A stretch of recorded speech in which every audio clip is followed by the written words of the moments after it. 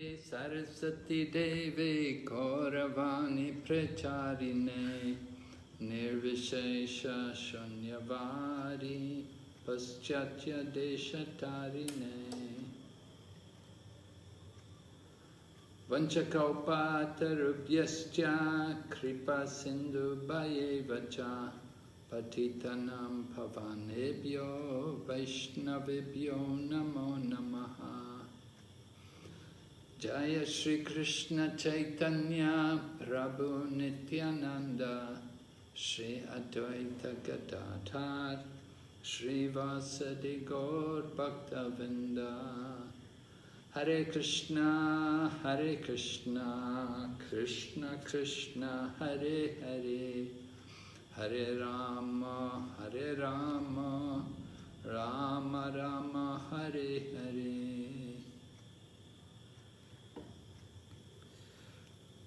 So we're continuing to recount some of the wonderful pastimes of our founder Acharya, His Divine Grace, A.C. Bhaktivedanta Swami Srila Prabhupada. நமது ஸ்தாபக ஆச்சாரியரான ஆசா பக்திவேதாந்த சுவாமி ஸ்ரீல பிரபுபாதரின் லீலைகளை பற்றி பேசுவதை இப்பொழுது நாம் தொடரப் போகின்றோம். So Srila Prabhupada wanted very much to establish the preaching in India. He knew that this is the home country of Krishna consciousness, and he was sure to get a lot of people interested there. இந்தியாவில் அவர் இந்த கிருஷ்ண பக்தி இயக்கத்தை அறிமுகப்படுத்த போது அவர் நன்றாக புரிந்து கொண்டார் பெரும்பாலான மக்கள் இதில் நிச்சயமாக ஆர்வம் கொள்ள தொடங்குவார்கள் என்று.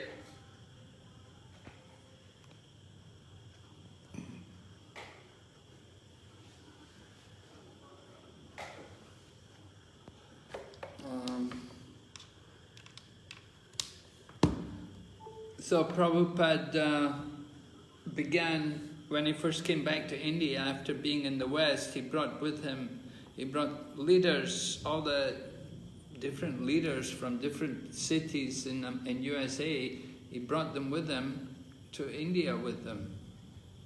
ஸ்ரீல பிரபுபாதர் மேற்கத்திய நாடுகளில் இருந்து இந்தியாவிற்கு திரும்பி வரும் பொழுது அமெரிக்காவில் இருக்கக்கூடிய பல நகரங்களில் இருக்கக்கூடிய கிருஷ்ண பக்தி தலைவர்களை தன்னுடன் அழைத்து கொண்டு இந்தியாவிற்கு திரும்பி வந்தார். And it was quite austere for them, coming from America and then into India, living in difficult conditions, climatic conditions also extreme. It was quite challenging for the devotees. இந்தியாவில் இந்த காலகட்டத்தில் சீதோஷ்ண வெப்பநிலையில் வாழ்வது என்பது அத்தகைய பக்தர்களுக்கும் பெரும் சவாலாக இருந்தது. அவர்கள் ஒரு தவ வாழ்க்கையை மேற்கொள்ளக்கூடிய காலகட்டத்தில் வைக்கப்பட்டிருந்தனர். It was also difficult for them to get along with each other because they'd all been used to being managers, and they came to India, they all had to work together, and not all of them could be managers. அவர்கள் அனைவருமே நிர்வாக ரீதியாக செயல்பட்டக்கூடிய நபர்கள். அவர்கள் இந்தியாவில் வந்து செயலாற்றுவது, ஒன்றோடு ஒருவர் இணைவது என்பது அவர்களுக்கு ஒரு பெரும் சவாலாக இருந்தது. ஏனென்றால் அவர்கள் நிர்வாக ரீதியாக பெரும் தலைவர்களாக செயல்பட்டு இருந்தனர். And at that time, that's early 1970s, even late 60s, the relationship between the USA and India governments was not very good. 1970 முதல் பகுதிகளிலும் 1960 பிற்பகுதிகளிலும் இந்தியாவிற்கும் அமெரிக்காவிற்கும் இடையேயான உறவுமுறையானது அவ்விதமாக சரியாக அமையப்படவில்லை. So it's difficult for American people to stay in India very long. They couldn't get a visa for a long time. They could only get, short tourist visa. ஆகவே அமெரிக்க மக்கள் இந்தியாவில் வந்து தங்குவது என்பது அவர்களுக்கு மிக கடினமான ஒன்றாகும். அவர்களால் இந்தியாவில் நீண்ட காலம் தங்குவதற்கான அந்த விசாவை பெற முடியவில்லை. அவர்கள் குறுகிய சுற்றுலா விசாவில் மட்டுமே வந்து இந்தியாவில் தங்குவதற்கான வாய்ப்பானது அச்சமயத்தில் ஏற்பட்டு இருந்தது. So Srila Prabhupada, when he came to England, he encouraged the devotees there. When he saw the devotees in England, he encouraged them he said, you know, some of you young men would be very good. You come to India and you can help in preaching in India. பிரபுபாதர் இங்கிலாந்திற்கு வந்து பிரச்சாரம் செய்து பல இளைஞர்கள் பக்தராக அதை கண்டு மகிழ்ச்சி அடைந்து பிறகு அவர்களில் சிலரை இந்தியாவிற்கு வந்து பிரச்சாரம் செய்தால் மிக மகிழ்ச்சியாக இருக்கும் என்று கூறியிருந்தார். At that time, in Prabhupada's time, British people coming to India didn't need a visa because they were British, and India had formerly been a British colony. So the British had a relationship with India that British people coming to India didn't require a visa. So they could come there to India and stay as long as they liked. ஆகவே இங்கிலாந்தில் இருந்து மக்கள் வந்து இந்தியாவில் தங்குவதற்கு அச்சமயத்தில் visa என்பது தேவையில்லை. ஏனென்றால் இங்கிலாந்தில் பெரும்பாலான பிரிட்டிஷ் மக்களாக இருந்தார்கள். அப்பொழுது இந்தியாவும் பிரிட்டிஷரின் ஆதிக்கத்தில் இருந்த காரணத்தினால் இங்கிலாந்தில் இருந்து மக்கள் இந்தியாவில் வந்து தங்குவதற்கு அவர்களுக்கு விசா என்பது தேவையற்ற ஒன்றாக இருந்தது. So several devotees from England went to India. At that time, I had gone to America. I joined in London, and then I'd gone to the USA, and I was preaching and doing Sankirtan in the USA. But அப்பொழுது பெரும்பாலான பக்தர்களில் சிலர் இங்கிலாந்தில் இருந்து இந்தியாவிற்கு வந்தார்கள். ஆனால் நான் இங்கிலாந்தில் லண்டனில் சேர்ந்து பிறகு அமெரிக்காவில் சென்று சங்கீர்த்தன இயக்கத்தில் இருந்தேன். அப்பொழுது நான் அங்கு சேவை செய்து கொண்டு இருந்தேன். So Srila Prabhupada had requested Gopal Krishna Prabhu at that time. He had requested him to come to India to help in the preaching work there because he knew Gopal Krishna Prabhu at that time. He was from a high-class family. He was well educated, and he wanted him to get involved in the management there in India. அப்பொழுது கோபால் கிருஷ்ண பிரபுவாக இருந்தார். கோபால் கிருஷ்ண பிரபுவை ஸ்ரீல பிரபுபாதர் இந்தியாவிற்கு அழைத்தார். ஏனென்றால் கோபால் கிருஷ்ண பிரபு அவர்கள் பெரும் கௌரவமான ஒரு குடும்பத்தை சேர்ந்தவர். மேலும் நிர்வாக ரீதியாக அவரால் திறம்பட செயல்பாற்ற முடியும் என்பதனால் பிரபுபாதர் கோபால் கிருஷ்ண பிரபுவை இந்தியாவில் நிர்வாக பொறுப்பை ஏற்றுக்கொள்வதற்காக அழைப்பு விடுத்தார். So Prabhupada encouraged Gopal Krishna, you come to India, and he did. And at that time he was based in New York Temple, and the New York Temple told him, you can take 2 brahmacharis with you to India with you, we'll help you. Actually he asked the temple, he said, can you give me a couple of men, I can take them to India. So the temple agreed. So it turned out I was one of the people given to Gopal Krishna Maharaj to go to India because I was British, and they knew it would be easy for me to stay in India. அப்பொழுது கோபால் கிருஷ்ண பிரபு அவர்கள் New York கோவிலில் இருந்தார். அப்பொழுது அவர் 2 இளைஞர்களை தன்னுடன் அழைத்து செல்வதற்கு கேட்டார். அதில் நானும் அதில் கலந்து கொண்டேன். ஏனென்றால் நான் ஏற்கனவே பிரிட்டிஷராக இருக்கின்ற காரணத்தினால் எனக்கு இந்தியாவில் தங்குவது என்பது விசா தேவையில்லை என்பது காரணத்தினால் நானும் கோபால் கிருஷ்ண பிரபுவுடன் இந்தியாவிற்கு அப்போ சமயத்தில் புறப்பட்டேன். Yeah, Prabhupada was eager to do something in India, and he knew it was not going to be easy. He knew it would be a great challenge, and he wanted to he wanted help from the Western temples, and he expected them to provide men. பிரபுபாதர் இந்தியாவில் ஏதேனும் ஒன்றை செய்வதற்கு மிக ஆர்வமாக இருந்தார். ஆனால் இந்தியாவில் அவ்வாறு செய்வது என்பது மிகவும் கடினமான ஒன்று என்பதை நன்கு உணர்ந்திருந்தார். ஆகவே அவர் மேற்கத்திய நாடுகளில் இருக்கக்கூடிய சீடர்களின் உதவியை நாடினார். அவர்களின் மூலமாக இந்தியாவில் ஏதோ ஒரு சிறப்பான பணியை செய்வதற்கு பிரபுபாதர் திட்டமிட்டார். So I remember coming to India. I came to India was 1975, and at that time, first of all, went to Delhi. At that time in Delhi, the temple was in a place called Bengali Market. It was a small, very small rented house. நான் 1975 வருடம் முதலில் இந்தியாவிற்கு வந்தேன். அப்பொழுது புதுடெல்லியில் இருக்கக்கூடிய பெங்காலி சந்தை என்கின்ற இடத்தில் தான் கோவிலானது இருந்தது. அக்கோவிலானது வாடகை இடத்தில் மிக சிறிய அளவில் அமைக்கப்பட்டு இருந்தது.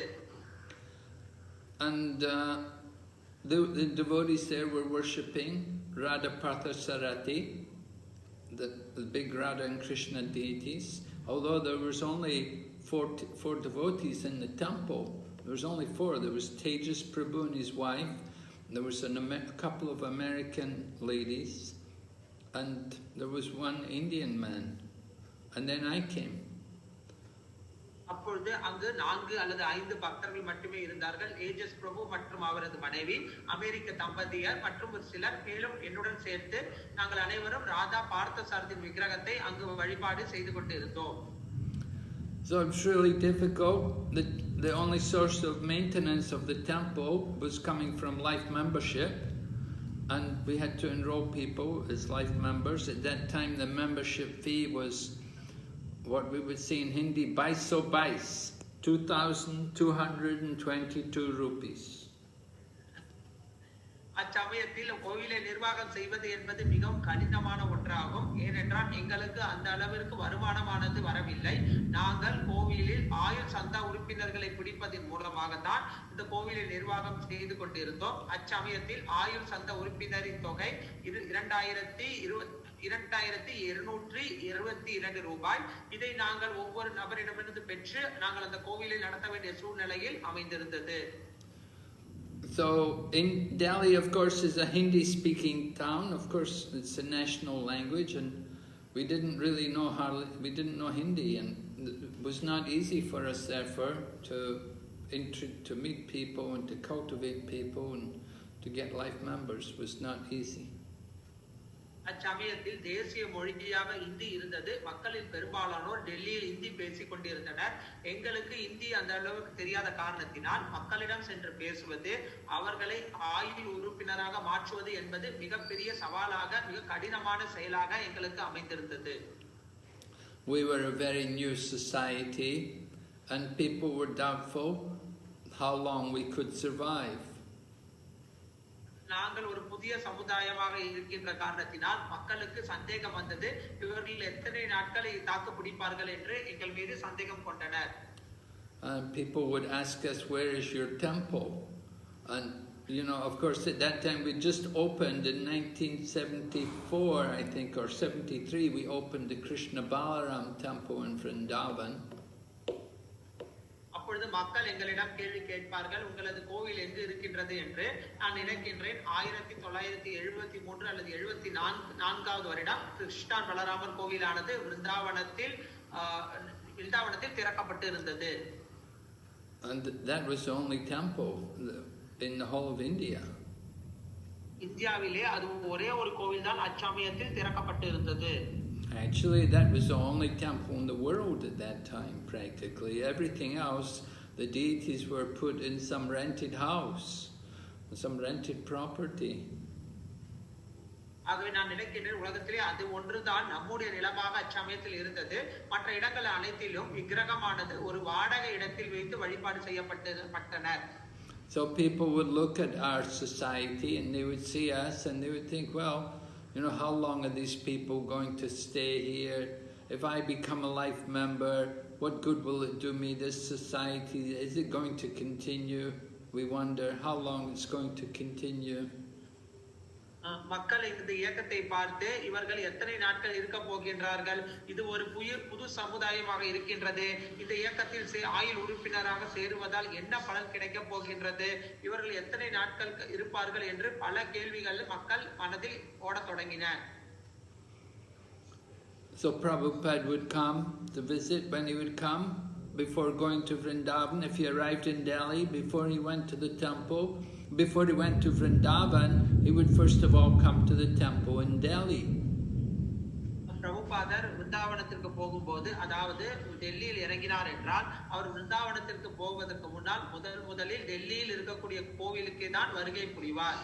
And he would do the same thing in Calcutta. When he arrived at Calcutta, before going out to Mayapur, he would come into the temple, to come into the city, to come to the Calcutta temple and spend a day or two in Calcutta before going to Mayapur.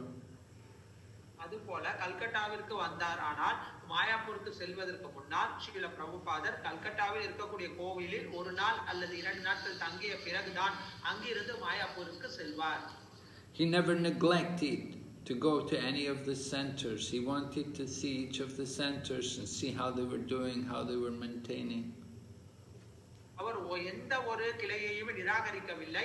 ஒவ்வொரு கிளைக்கும் சென்று அந்த கிளையானது எவ்வாறு செயல்படுகின்றது என்பதை காண ஸ்ரீல பிரபுபாதர் மிகுந்த ஆர்வம் கொண்டிருந்தார். So I remember Prabhupada coming to our Delhi center. We were only a few people, as I said, like five devotees. And Prabhupada came and visited the temple. He stayed for the night. And his plan, of course, was to go to Vrindavan the next day.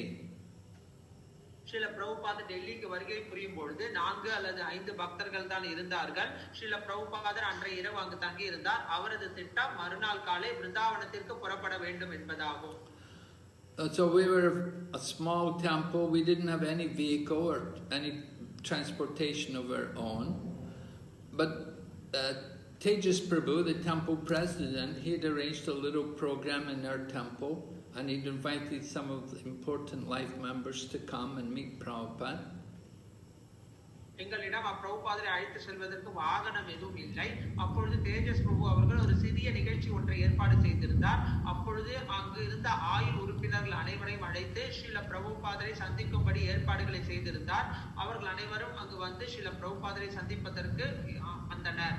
So I remember Prabhupada speaking to the one man. He was asking him, so what is your business? And the man said, I have a transportation company. I do road transportation. I have trucks. நன்றாக எனக்கு நினைவிருக்கின்றது. பிரபுபாதர் ஒரு தொழிலதிபரிடம் பேசிக் கொண்டிருந்தார். அவர் கேட்டார், நீங்கள் என்ன தொழில் செய்கின்றீர்கள் என்று. அந்த மனிதர் சொன்னார், நான் வாகன ஓட்டியாக இருக்கின்றேன். எங்களிடம் பல ட்ரக்குகள் இருக்கின்றது. ஆகவே நான் அதை பராமரித்துக் கொண்டு வருகின்றேன் என்று அந்த தொழிலதிபர் பிரபுபாதரிடம் கூறினார். So Prabhupada said, oh, very good. He said, very nice, you have truck business. He said, you must have a car. And the man said, oh yes, I have my car. அப்போது பிரபுபாதர் கேட்டார், உங்களிடம் car நிச்சயம் இருக்க வேண்டுமே என்று. அந்த மனிதர் சொன்னார், ஆம், என்னிடம் கார் இருக்கின்றது. So Prabhupada said to the man, so he said, tomorrow I want to go to Vrindavan. Can you arrange transportation for me to go to Vrindavan? And the man said, well, yes, of course, why not? அப்போது பிரபுபாதர் அந்த மனிதரிடம் கேட்டார், நாளை நான் விருந்தாவனம் செல்ல வேண்டும். ஆகவே எனக்கு காரில் ஏற்பாடுகளை செய்ய முடியுமா என்று கேட்டார். உடனடியாக அந்த தொழிலதிபர், ஆம், ஏன் செய்யாமல் என்ன, நான் நிச்சயமாக செய்கின்றேன் என்று பதிலளித்தார். Hare Krishna, can you hear me? Yes, Maharaj. Okay, we just had a power cut here in Delhi. I was wondering. Maharaj, your video is not there, but your voice is okay. Yeah, okay, we had a power cut just now. I don't know when the video will come back. I didn't do anything. Sure, Maharaj, I think we are able to hear your transcendental voice. Okay, we'll continue. Please, Maharaj, thank you. Right, so it was impressive to see how Prabhupada was thinking. He knew that it's difficult for the temple to arrange transportation for him. So he himself took advantage to engage the life member to provide the transport for him to go to Vrindavan. Srila பிரபுபாதர் எப்பொழுதுமே சூழ்நிலையை புரிந்து கொள்ளக்கூடிய ஒரு நபராக இருந்தார். அவருக்கு நன்றாக புரிந்திருந்தது, கோவிலில் இருக்கக்கூடிய பக்தர்களால் இந்த வாகனத்தை ஏற்பாடு செய்வது என்பது மிக கடினமான ஒன்றாக இருக்கின்ற காரணத்தினால் தானே விருந்தாவனத்திற்கு செல்வதற்கு ஸ்ரீல பிரபுபாதர் ஒரு காரை ஏற்பாடு செய்து கொண்டிருந்தார். It shows how thoughtful Prabhupada was and how considerate he was. He didn't want to burden the temple. ஆகவே ஸ்ரீல பிரபுபாதர் எவ்வாறு யோசிக்கும் திறமையை பெற்று இருக்கின்றார் என்பது நன்றாக தெரிந்தது. அவர் கோவிலில் இருக்கக்கூடிய பக்தர்கள் மீது சுமையை செலுத்துவதற்கு விருப்பப்படவில்லை. So Srila Prabhupada liked very much to visit these different temples and to spend time and meet the people coming there. He wanted to meet life members. He wanted to talk to them and convince them about the Krishna consciousness movement. Srila பிரபுபாதர் பல மையங்களுக்கு செல்ல வேண்டும் என்று விருப்பப்பட்டார். பலதரப்பட்ட மக்களை சந்திக்க வேண்டும் என்றும் ஆசைப்பட்டார். இந்த 1000 உறுப்பினர்களை சந்தித்து அவர்களிடம் இந்த கிருஷ்ண உணர்வு பற்றி எடுத்துரைக்க வேண்டும் என்றும் மிகவும் விருப்பம் கொண்டார். I remember in Calcutta, when he would come to Calcutta, then we would invite all the people, the local people, to come because, of course, Prabhupada's hometown is Calcutta. So there were many people in Calcutta who wanted to hear him and see him. So we'd arrange the program for Prabhupada in the temple. பிரபுபாதர் கல்கட்டாவிற்கு வரும்பொழுது பெரும்பாலான மக்கள் அவரை சந்திப்பதற்கு வருவார்கள். ஏனென்றால் பிரபுபாதரின் சொந்த ஊர் கல்கட்டா. பிரபுபாதர் கல்கட்டாவிற்கு வரும்பொழுது பல மக்கள் அங்கு வருவார்கள். அவருக்கு நாங்கள் பல நிகழ்ச்சிகளை ஏற்பாடு செய்து அதன் மூலம் பல மக்கள் அவர் சந்திப்பதற்கு வாய்ப்புகள் அமைக்கப்பட்டிருந்தன. And in Calcutta, Prabhupada would often give Bengali lecture. கல்கட்டாவில் பெரும்பாலும் பிரபுபாதர் வங்காள மொழியில் சொற்பொழிவு கொடுப்பார். And he would expect us to also sit and listen, even though we didn't know any Bengali. எங்களுக்கு பெங்காலி தெரியவில்லை என்றாலும் எங்களையும் அங்கு உட்கார சொல்லி பிரபுபாதர் அந்த சொற்பொழிவில் உட்கார வைப்பார். He would say that the sound vibration is transcendental. Whether you don't have to understand, just the sound vibration will purify you. சில பிரபுபாதர் கூறுவார், இந்த ஆன்மீக ஒளியானது நம்மை தூய்மைப்படுத்தக்கூடிய ஒன்று. அது உங்களுக்கு புரிய வேண்டும் என்ற அவசியம் இல்லை. நீங்கள் அமர்ந்தாலே போதும் என்று பிரபுபாதர் கூறினார். Another thing I remember about these programs in Calcutta was that Prabhupada was very insistent that everybody has to get some kind of prasadam. You have to get, even if you have to buy the sweets outside, you purchase from a sweet shop, but there must be something. You have to give something to the people. சில பிரபுபாதர் நிச்சயமாக அங்கு வரக்கூடிய மக்களுக்கு பிரசாதம் வழங்க வேண்டும் என்று நினைத்திருந்தார். நாங்கள் வெளியிலிருந்து ஒரு இனிப்பு கடையிலிருந்து வாங்கி இருந்தாலும் நிச்சயமாக வரக்கூடிய மனிதர்களுக்கு ஏதாவது ஒரு பிரசாதமானது வழங்க வேண்டும் என்று பிரபுபாதர் கட்டளையிட்டு இருந்தார். So that's not an easy thing to arrange often. You can get quite a big crowd coming for lectures, and you have to give everyone prasadam. So we would just purchase some milk sweets, some sandesh or something, and distribute it to people. பெரும்பாலான கூட்டம் வந்தது. அவர்கள் அனைவருக்கும் நாங்கள் பிரசாதம் வழங்க வேண்டிய சூழ்நிலையில் இருந்தோம். ஆகவே நாங்கள் ஏதோ பாலினால் தயாரிக்கப்பட்ட இனிப்புகள் அல்லது சண்டேஷ் ஏதோ ஒன்றை பிரசாதமாக அந்த மக்களுக்கு வழங்கினோம். Now in Prabhupada's time, going out to Mayapur was quite a long journey, and the roads were really, really bad in Prabhupada's time. பிரபுபாதரின் காலத்தில் கல்கட்டாவிலிருந்து மாயாப்பூர் செல்வது என்பது மிக ஒரு சிரமமான காரியம். அச்சமயத்தில் ரோடுகள் அனைத்தும் மிக மோசமான நிலையில் இருந்தது. It would take about 4 to 5 hours to get to Mayapur. Mayapur செல்வதற்கு பிரபுபாதரின் காலத்தில் 4 மணியிலிருந்து 5 மணி நேரம் பயணம் ஏற்படும்.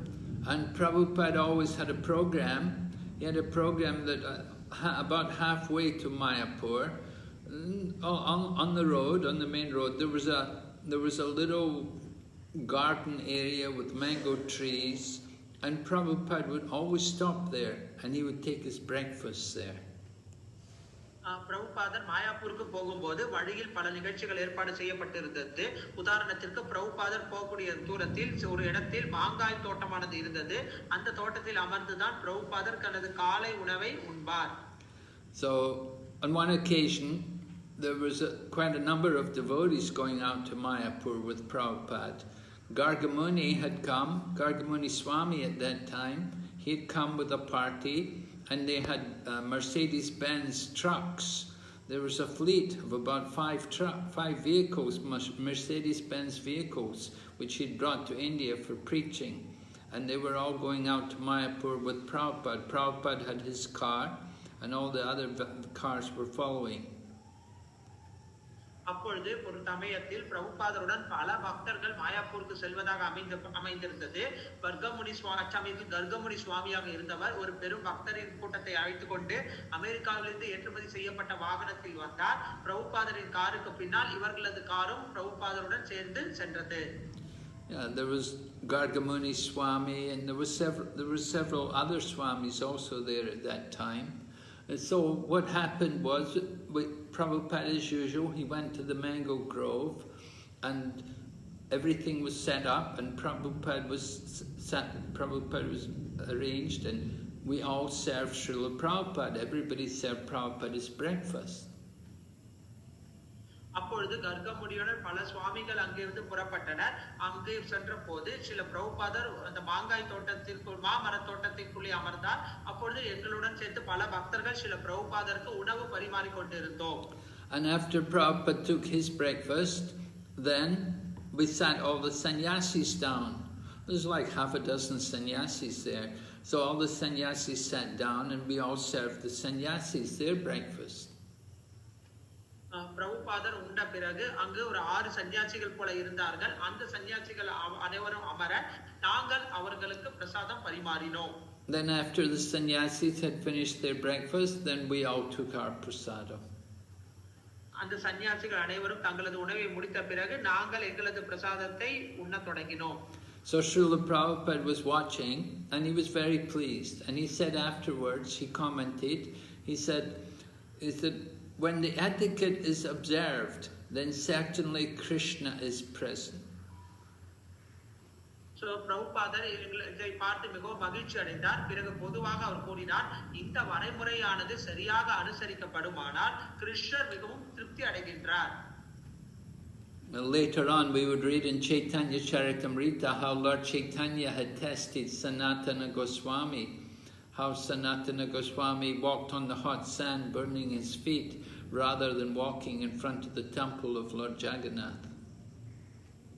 அதற்கு பின்னால் சைத்தன்ய மகாபிரபு ஆனவர் எவ்வாறு சனாதன கோஸ்வாமியை சோதித்தார் என்பதை நாங்கள் படித்தோம். சனாதன கோஸ்வாமி அவர் கடும் வெயிலில் மணலில் நடந்து கொண்டு வந்தார். நேரடியாக வராமல் மணலில் அவர் நடந்து கொண்டு வந்த அந்த நிகழ்ச்சியை பற்றி நாங்கள் படித்தோம். So Lord Chaitanya was very pleased that Sanatana Goswami was so careful to observe the etiquette. Chaitanya Mahaprabhu ஆனவர் சனாதன கோஸ்வாமி இந்த வரைமுறையை மிக கவனமாக அனுசரித்திருக்கின்றார் என்பதில் மிகவும் மகிழ்ச்சி அடைந்தார். In the same way, Srila Prabhupada was also very pleased when he saw the devotees carefully following the etiquette. இந்த வரைமுறையை பக்தர்கள் மிகவும் கவனமாக பின்பற்றுவதை பார்த்த ஸ்ரீல பிரபுபாதரும் மிகவும் திருப்தி அடைந்தார். You have to understand, we're coming from people like myself, come from the Western background, Western culture. We don't know the etiquette. We don't know things like only eating prasadam with your right hand. We have to learn all of this. என்னை போன்ற மனிதர்கள் மேற்கத்திய நாடுகளிலிருந்து வரக்கூடியவர்கள் அந்த வரைமுறையை நன்றாக கற்றுக்கொண்டிருக்க வேண்டும். உதாரணத்திற்கு நாம் பிரசாதத்தை மட்டும் வலது கையினால் மட்டுமே உண்ண வேண்டும் போன்ற வரைமுறைகளை நிச்சயமாக உணர்ந்திருக்கப்பட வேண்டும். Prabhupada would be very concerned that the devotees could show proper standards of behavior and etiquette, because it reflected on him. Whatever our movement did, it would reflect on him. ஆகவே ஸ்ரீல பிரபுபாதர் மிகவும் கவனத்துடன் செயல்பட்டார். ஏனென்றால் என்னெல்லாம் நாம் செய்கின்றோமோ அவை அனைத்தும் ஸ்ரீல பிரபுபாதரின் மீது ஒரு தாக்கத்தை உண்டாக்கும். இந்த இயக்கத்தில் மக்கள் செய்யக்கூடிய அத்தகைய செயல்கள் அனைத்தும் ஸ்ரீல பிரபுபாதரின் மீதே பிரதிபலிக்கும் என்பதில் ஸ்ரீல பிரபுபாதர் கவனத்துடன் செயல்பட்டார்.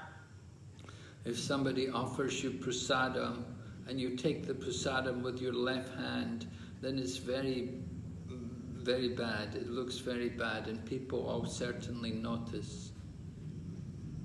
உதாரணத்திற்கு யாரோ பிரசாதம் அளிக்கின்றார்கள், அதை ஒருவர் இடது கையால் உண்டாரேயானால் அது மிகவும் தவறானது. மக்கள் இதை பார்த்து தவறாக கருத்து கொள்வர். But coming from a Western culture, these things we were not aware of them. We had to be trained in all of this. ஆனால் மேற்கத்திய நாடுகளிலிருந்து வரக்கூடிய காரணத்தினால் எங்களுக்கு இந்த விஷயங்கள் அனைத்தும் தெரியவில்லை. இவை அனைத்தும் எங்களுக்கு பயிற்சி அளிக்கப்பட வேண்டும். So Srila Prabhupada was always constantly reminding us and pointing these things out to us, how important it was. Srila பிரபுபாதர் எங்களுக்கு மேலும் மேலும் இதை கூறிக்கொண்டே இருந்தார். நாங்கள் எவ்வாறு கவனத்துடன் செயல்பட வேண்டும், எவ்வாறு இதையெல்லாம் கற்றுக்கொள்ள வேண்டும் என்று எங்களுக்கு மீண்டும் மீண்டும் வலியுறுத்தி கொண்டிருந்தார். I remember one time in Calcutta, Prabhupada was there and he was giving class, and this one Bengali man had come and he was listening to Prabhupada's lecture. And so at the end of the lecture, the man stood up and he said, and all your devotees, he said, they were traveling in their vehicle and they all came, they stayed at my house. And they stayed at my house for several days, and I was giving them prasadam. And Prabhupada was laughing, he's saying, oh, very nice, very good. பிரபுபாதர் கல்கட்டாவில் உபன்யாசம் கொடுத்து கொண்டிருந்தார். அப்பொழுது உபன்யாசத்தின் இறுதியில் ஒரு பெங்காலி மனிதர் கூறினார், உங்களது சீடர்கள் அனைவரும் எனது வீட்டிற்கு வந்தார்கள், எனது வீட்டில் தங்கி இருந்தார்கள், நான் அவர்களுக்கு பிரசாதம் அளித்தேன் என்று கூறினார். அதை கேட்ட ஸ்ரீல பிரபுபாதர் மிக்க மகிழ்ச்சி என்று பதிலளித்தார். Prabhupada was appreciating the fact that the man had accepted some inconvenience, having all the devotees come and stay in his house and feed them. But Prabhupada was encouraging him that very nice, you'll get the blessings of Lord Krishna. Srila பிரபுபாதர் அந்த மனிதருக்கு மிகவும் உற்சாகப்படுத்தினார். ஸ்ரீல பிரபுபாதர் நன்றாக உணர்ந்திருந்தார், பல பக்தர்கள் வந்து இருந்த காரணத்தினால் அவருக்கு மிகவும் சிரமமானது ஏற்பட்டு இருக்கும். இருந்தாலும் பிரபுபாதர் தனது நன்றியை தெரிவிக்கும் விதத்தில் அந்த மனிதரிடம் மிக்க நன்றி, மிக்க நல்லது என்று உற்சாகப்படுத்தினார். கிருஷ்ணர் உங்களை நிச்சயமாக ஆசீர்வதிப்பார் என்று கூறினார். So when Prabhupada would come in Calcutta, you know, our temple in Calcutta at that time, the facilities were very limited. We didn't have proper toilets or bathing facilities. It was very difficult. And when Prabhupada came, there was only the one bathroom, so we all had to start using the lake across the road, and we go in the lake to take our bath. பிரபுபாதர் கல்கட்டாவிற்கு வரும்பொழுது போதுமான வசதிகள் அங்கு இல்லை, சரியான கழிப்பறைகள் இல்லை, சரியான குளியல் அறை இல்லை, ஒரே ஒரு குளியல் அறை மட்டுமே இருந்தது. ஆகவே நாங்கள் குளிப்பதற்கு ரோடை தாண்டி ஏரிக்கு செல்ல வேண்டி இருந்தது. நாங்கள் அனைவரும் அந்த ஏரிக்கு சென்று அங்கு நீராடினோம். And certainly, of course, Prabhupada was aware that our facilities were not much, they were not really up to the standard, but he encouraged us. He said, just tolerate, he said, don't mind the inconvenience. Srila பிரபுபாதர் எங்களது சூழ்நிலைகளை நன்றாக புரிந்து கொண்டிருந்தார். நாங்கள் பல சிரமங்களுக்கு ஆட்பட்டு இருப்பதையும் நன்றாக பார்த்த ஸ்ரீல பிரபுபாதர், நீங்கள் அனைத்தையும் பொறுத்துக் கொள்ளுங்கள், இதனால் எந்த விதமான ஒரு ஏமாற்றத்தையும் சந்திக்க வேண்டாம், நீங்கள் பொறுத்துக் கொள்ளுங்கள் என்று பதிலளித்தார். எங்களை உற்சாகப்படுத்தினார். Prabhupada was also aware of the thinking of the Western devotees. He understood the devotees coming from the West, that they will be thinking about going into restaurants and tasting the different dishes which they prepare there. பிரபுபாதர் நன்றாக உணர்ந்திருந்தார், மேற்கத்திய நாடுகளிலிருந்து வரக்கூடிய பக்தர்களின் மனப்பான்மை. உதாரணத்திற்கு மேற்கத்திய நாடுகளிலிருந்து இருக்கக்கூடிய மனிதர்கள் ஒரு சிற்றுண்டிக்கு சென்று அங்கு பலவிதமான உணவுகளை உண்ண வேண்டும் என்று மனதில் ஆசைப்படுவார்கள். So Prabhupada, I remember the very first day practically, when all the devotees had come from the West, Prabhupada was giving class and he said, don't eat in the restaurants. நன்றாக நினைவிருக்கின்றது, நாங்கள் அனைத்து பக்தர்களும் மேற்கத்திய நாடுகளிலிருந்து வந்த முதல் நாள் அன்று ஒரு சொற்பொழிவில் ஸ்ரீல பிரபுபாதர் கூறினார், நீங்கள் சிற்றுண்டிகளுக்கு சென்று உண்ணக்கூடாது. He said, you're all devotees, you've put on the neck beads, tulsi mala around your neck, you're putting on tilak, many of you are shaving your heads. He said, you're representing this culture, and people know you're not supposed to eat in restaurants. So he was pointing out to all the devotees that they shouldn't go into restaurants and eat there. ஆகவே பிரபுபாதர் கூறினார், நீங்கள் அனைவரும் கண்டி மாலை போட்டிருக்கின்றீர்கள், திலகம் வைத்துக் கொண்டிருக்கின்றீர்கள், உங்களில் பெரும்பாலானோர் தலையை சவரம் செய்திருக்கின்றீர்கள். ஆகவே நிச்சயமாக நீங்கள் இந்த கலாச்சாரத்தை பின்பற்ற வேண்டும். நீங்கள் ரெஸ்டாரண்டிற்கு சென்று சாப்பிடுவது என்பது சரியானதல்ல.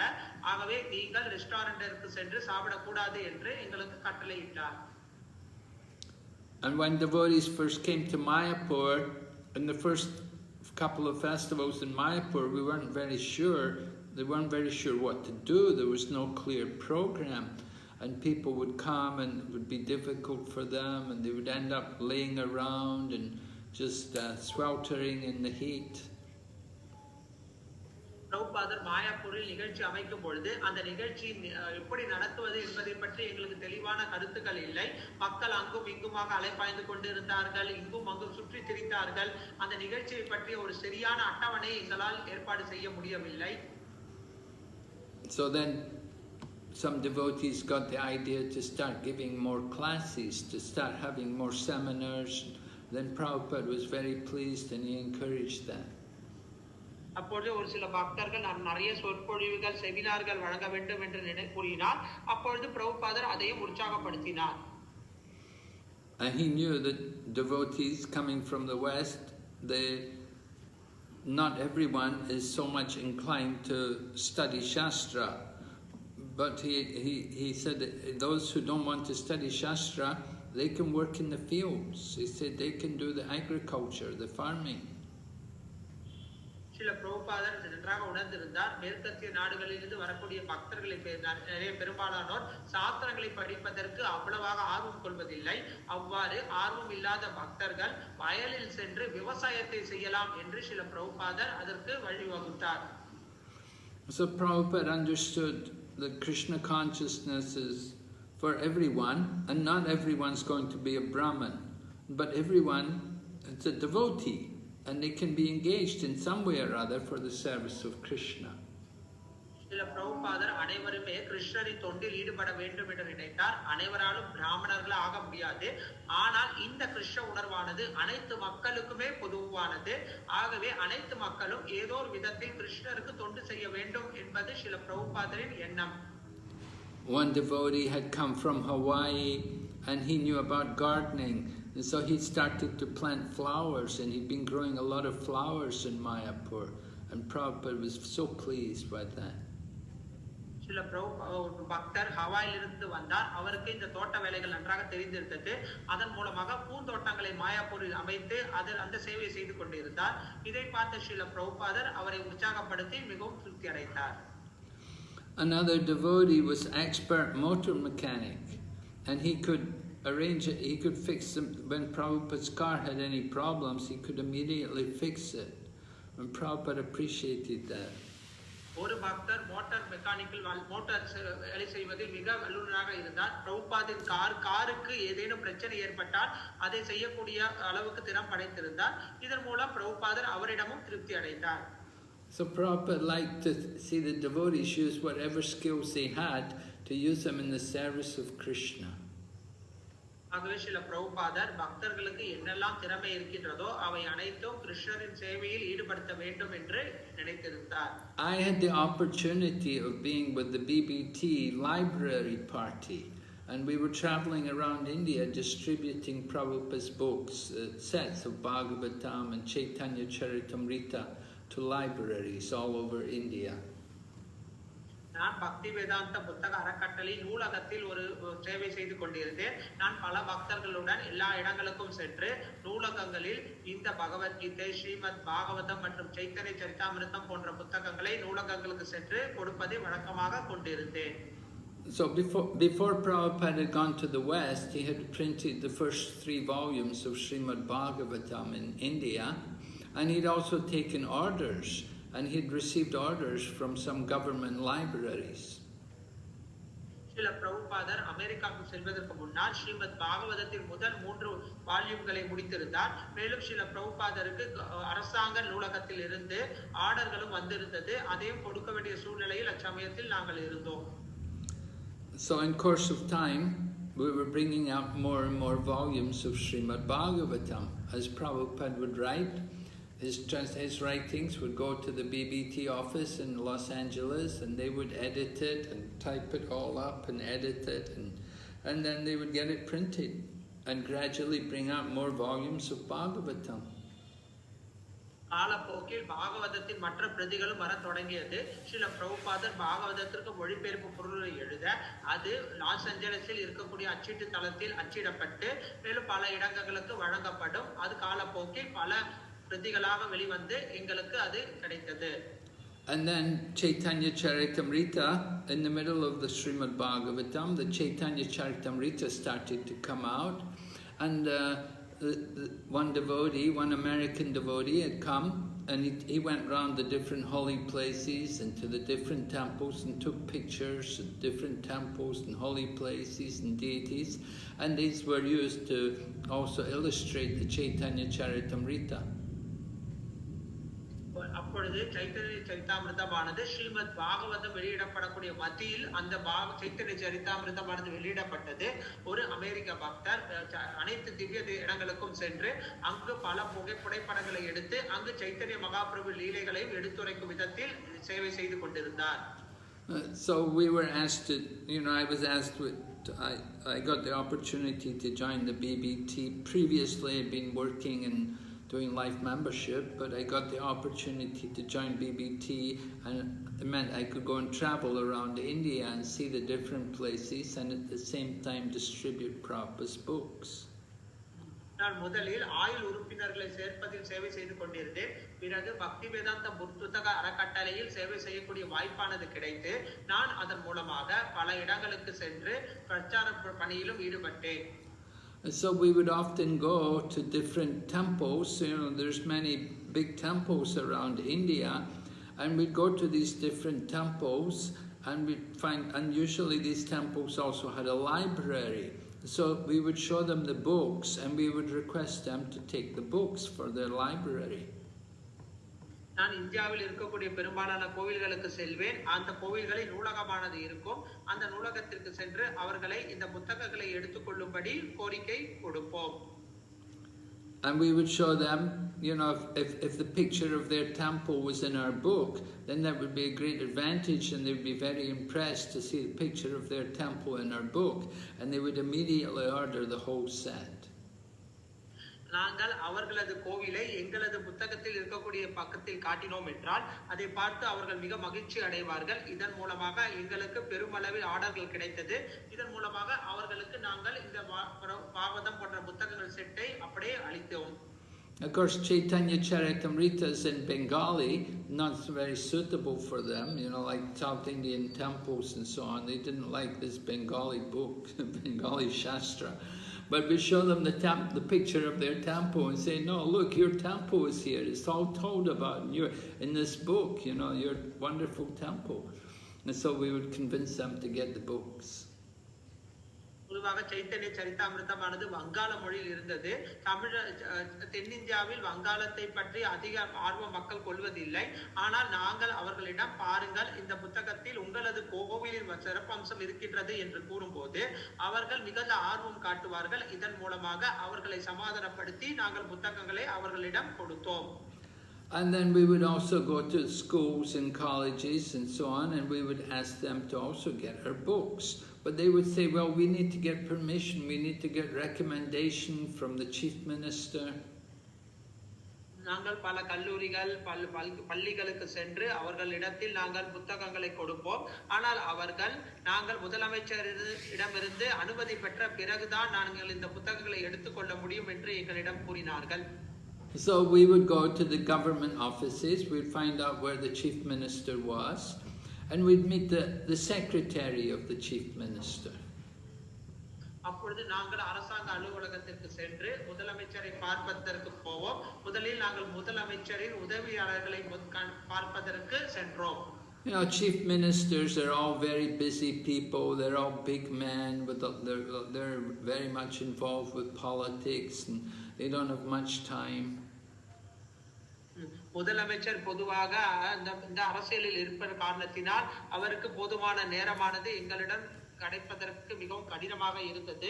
அவர்கள் எப்பொழுதுமே மும்முரமாக தங்களது வேலையில் இருந்த காரணத்தினால் எங்களால் அவர்களை பார்க்க முடியவில்லை.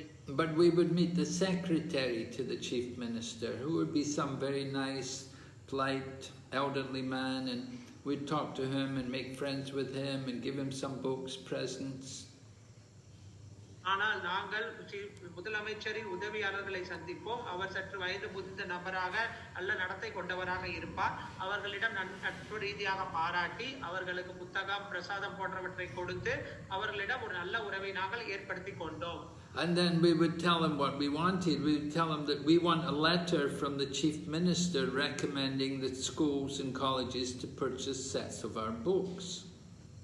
அப்பொழுது நாங்கள் எங்களது கோரிக்கை அவரிடம் கூறினோம். முதலமைச்சரிடமிருந்து ஒரு கடிதம், எங்களது புத்தகங்கள் பள்ளி மற்றும் கல்லூரிகளில் வைப்பதற்கு அனுமதி கோரி ஒரு கடிதமானது அவரிடமிருந்து எங்களுக்கு வேண்டும் என்று கேட்டுக்கொண்டோம். So the secretary would say, okay, he said, we'll write up a letter. He said, you write up the letter. He said, I will type it up for you. And he said, then I'll put it in all the other letters. I said, I have to give the chief minister all these letters to sign. And he just signs them. He doesn't read the letters. He'll just sign them. So I'll put your letter in there too, and he can sign that one too. அப்பொழுது அந்த உதவியாளர் கூறினார், சரி, நான் உங்களுக்காக இந்த உதவியை செய்கின்றேன். நீங்கள் ஒரு காகிதத்தில் அந்த கடிதத்தை எழுதி கொடுங்கள். நானே அதை டைப் செய்து முதலமைச்சர் கையெழுத்து இடுவதற்கு என்று பல காகிதங்கள் வைத்திருக்கின்றேன். அத்துடன் இதையும் வைத்து நான் முதலமைச்சரிடம் உங்களுக்கு கையெழுத்து வாங்கி கொடுக்கின்றேன். முதலமைச்சர் இதை பொதுவாக படிப்பதில்லை. நான் கொடுத்த காகிதத்தில் கையெழுத்திட்டு கொடுத்தவுடன் உங்களிடம் அந்த கடிதத்தை கொடுக்கின்றேன் என்று கூறினார். And so this is what happened, you know, in this way we'd get a recommendation from the chief minister. We go to the colleges and the schools, we'd show them the letter. Chief minister recommended books and they say, okay, and then they'd sign up for a full set of Prabhupada's books. இவ்விதமாக நாங்கள் முதலமைச்சரிடமிருந்து கிடைத்த அந்த கடிதத்தை ஏற்றுக்கொண்டு நாங்கள் கல்லூரிகள் பள்ளிகளுக்கு சென்றோம். இதோ பாருங்கள், முதலமைச்சர் கையெழுத்திட்ட இந்த காகிதமானது இருக்கின்றது என்று கூறும்போது உடனடியாக அந்த மக்கள் சரி நீங்கள் அந்த புத்தகங்களை கொடுங்கள் என்று வாங்கி கொண்டனர். And every week we'd send a report we'd send a cable, you know, a telegram to Prabhupada.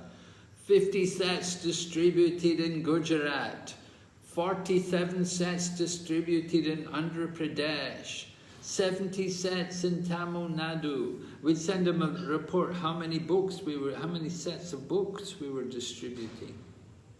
நாங்கள் ஒவ்வொரு வாரத்திலும் எவ்வளவு புத்தகங்கள் விற்பனை செய்தோம் என்கின்ற கணக்கை ஸ்ரீல பிரபுபாதருக்கு கடிதம் மூலம் எழுதினோம்.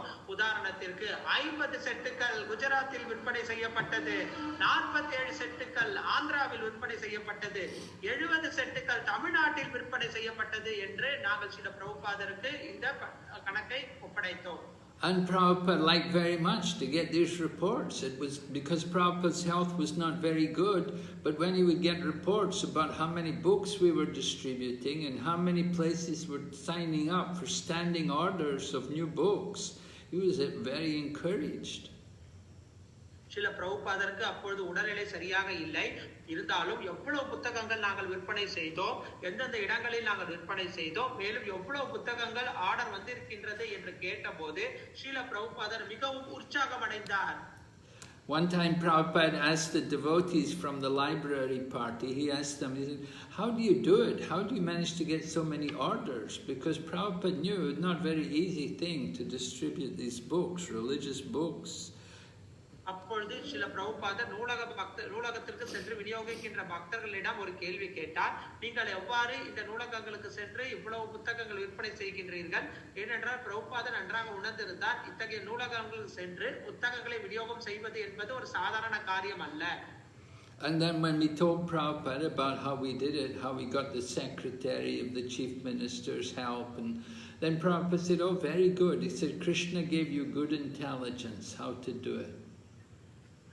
அப்பொழுது நாங்கள் சில பிரபுபாதரிடம் கூறினோம், நாங்கள் இவ்வாறு முதலமைச்சரின் உதவியாளரை சந்தித்து அவர்களிடம் நட்பு பாராட்டி அவரிடமிருந்து கடிதத்தை பெற்று அதற்கு பின்னால் நாங்கள் இந்த நூலகங்களுக்கு சென்று புத்தகங்களை விநியோகம் செய்தோம் என்று கூறும்போது ஸ்ரீல பிரபுபாதர் மிகவும் மகிழ்ந்து, கிருஷ்ணர் உங்களுக்கு சிறந்த புத்திசாலித்தனத்தை அளித்திருக்கின்றார் என்று எங்களை பாராட்டினார்.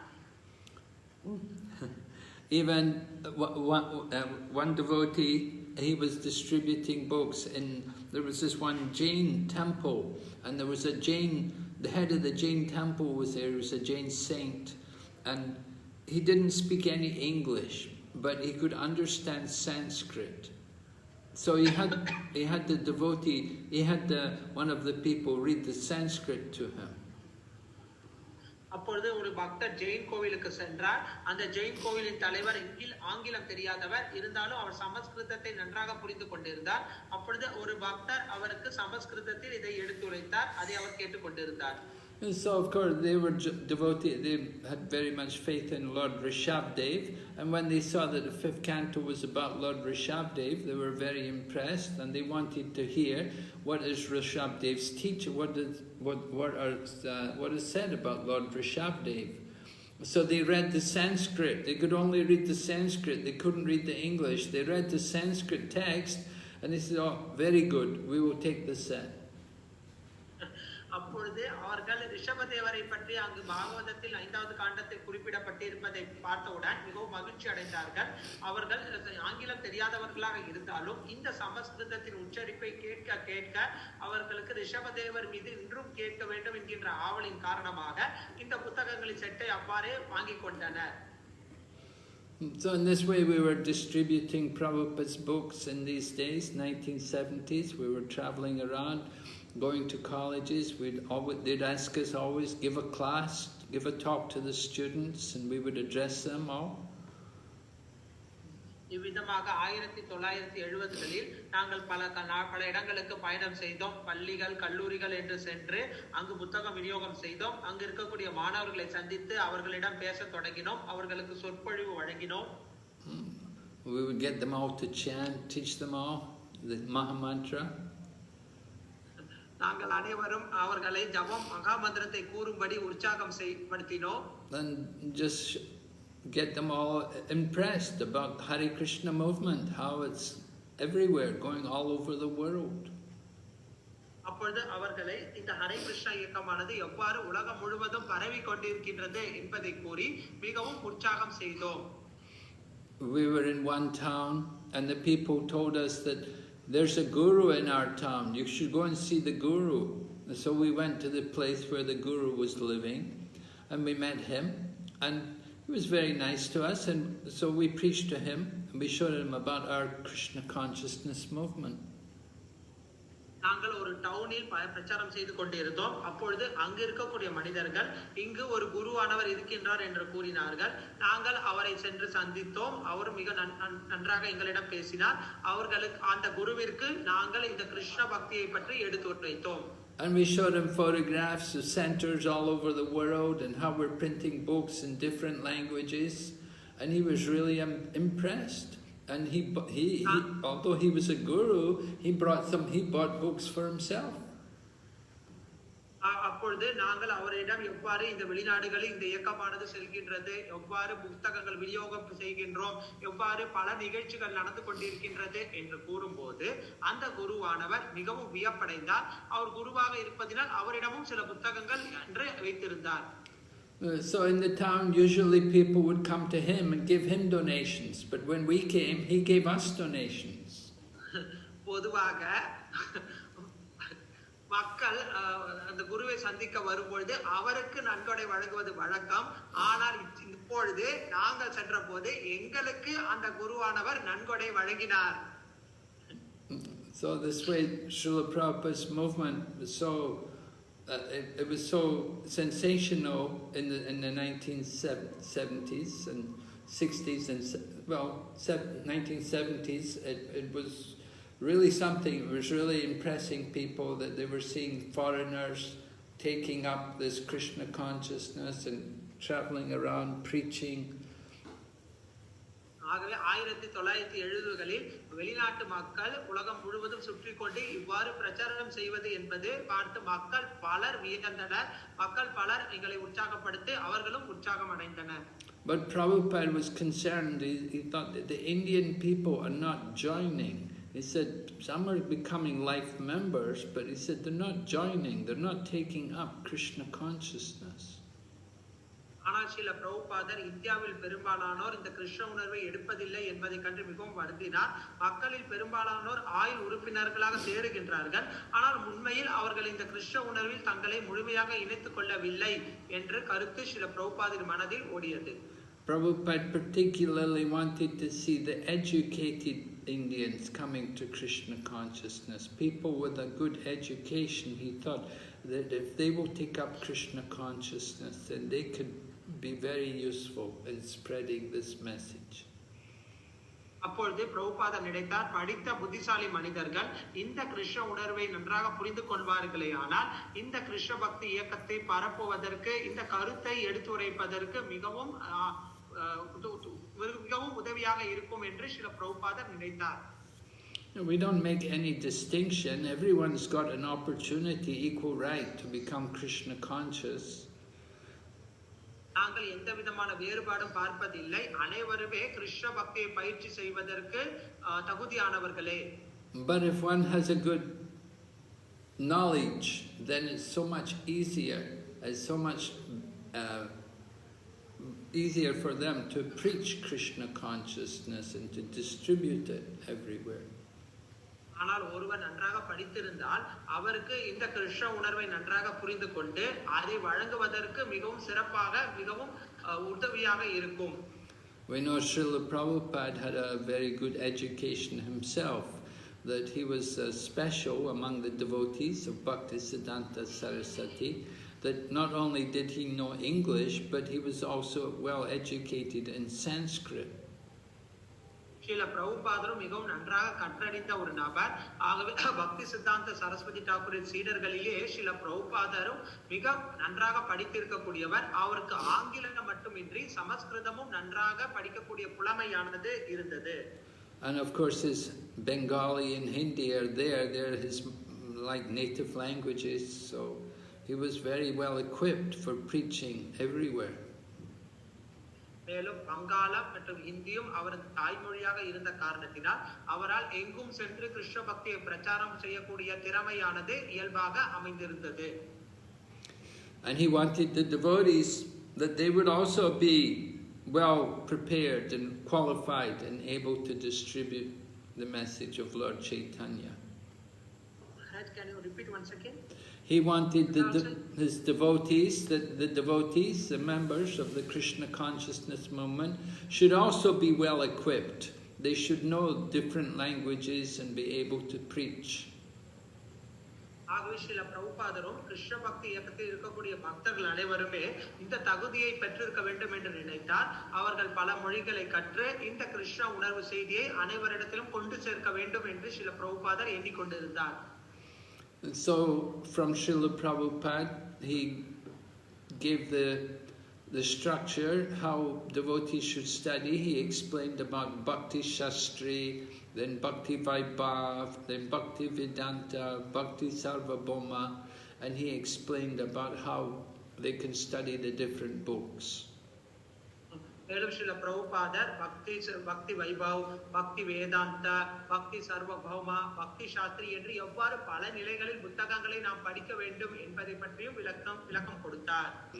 And Prabhupada Bhakti Shastri was the basic book, Bhagavad Gita, Ishopanishad, Nectar of Instruction, and the first part of Nectar of Devotion. பக்தி சாஸ்திரி என்பது பகவத் கீதை, பக்தி ரசாமிருத சிந்துவின் முதல் பகுதி, உபதேசாமிருதம் மற்றும் ஈசோ உபநிஷத்தை கொண்டுள்ளது. Then Bhakti Vaibhav will be the first 6 cantos of Srimad Bhagavatam. பக்தி வைபவத்தில் பாகவதத்தின் முதல் 6 காண்டங்களை பற்றி நாம் படிப்போம். And then Bhakti Vedanta, the last 6 cantos. மேலும் பக்தி வேதாந்தாவில் அடுத்த 6 காண்டங்களை பற்றி ஒருவர் படிப்பார். And then Bhakti Sarvabhauma, the Chaitanya Charitamrita. மேலும் பக்தி சர்வபௌமாவில் இந்த சைத்தன்ய சரிதாமிர்தமானது முழுவதுமாக ஒருவருக்கு கூறப்படும். And Prabhupada said also, he said, spiritual teachers, those who are doing the work of spiritual masters, initiating spiritual masters, they should study at least up to Bhakti Vaibhav. பிரபுபாதர் கூறினார், யாரெல்லாம் தீட்சை அளிக்கக்கூடிய குருவாக இருக்கின்றீர்களோ அவர்கள் குறைந்தபட்சம் பக்தி வைபவ நிலைக்காவது தங்களை உயர்த்தி கொள்ள வேண்டும். He wanted that devotees would read his books and they would know the philosophy. பக்தர்கள் அந்த புத்தகங்களை படித்து தத்துவங்களை நன்றாக தெரிந்து கொள்ள வேண்டும் என்று சில பிரபுபாதர் நினைத்துக் கொண்டிருந்தார். Prabhupada said, I did not write the books for you just to sell only. He said, I wrote the books for you all to read.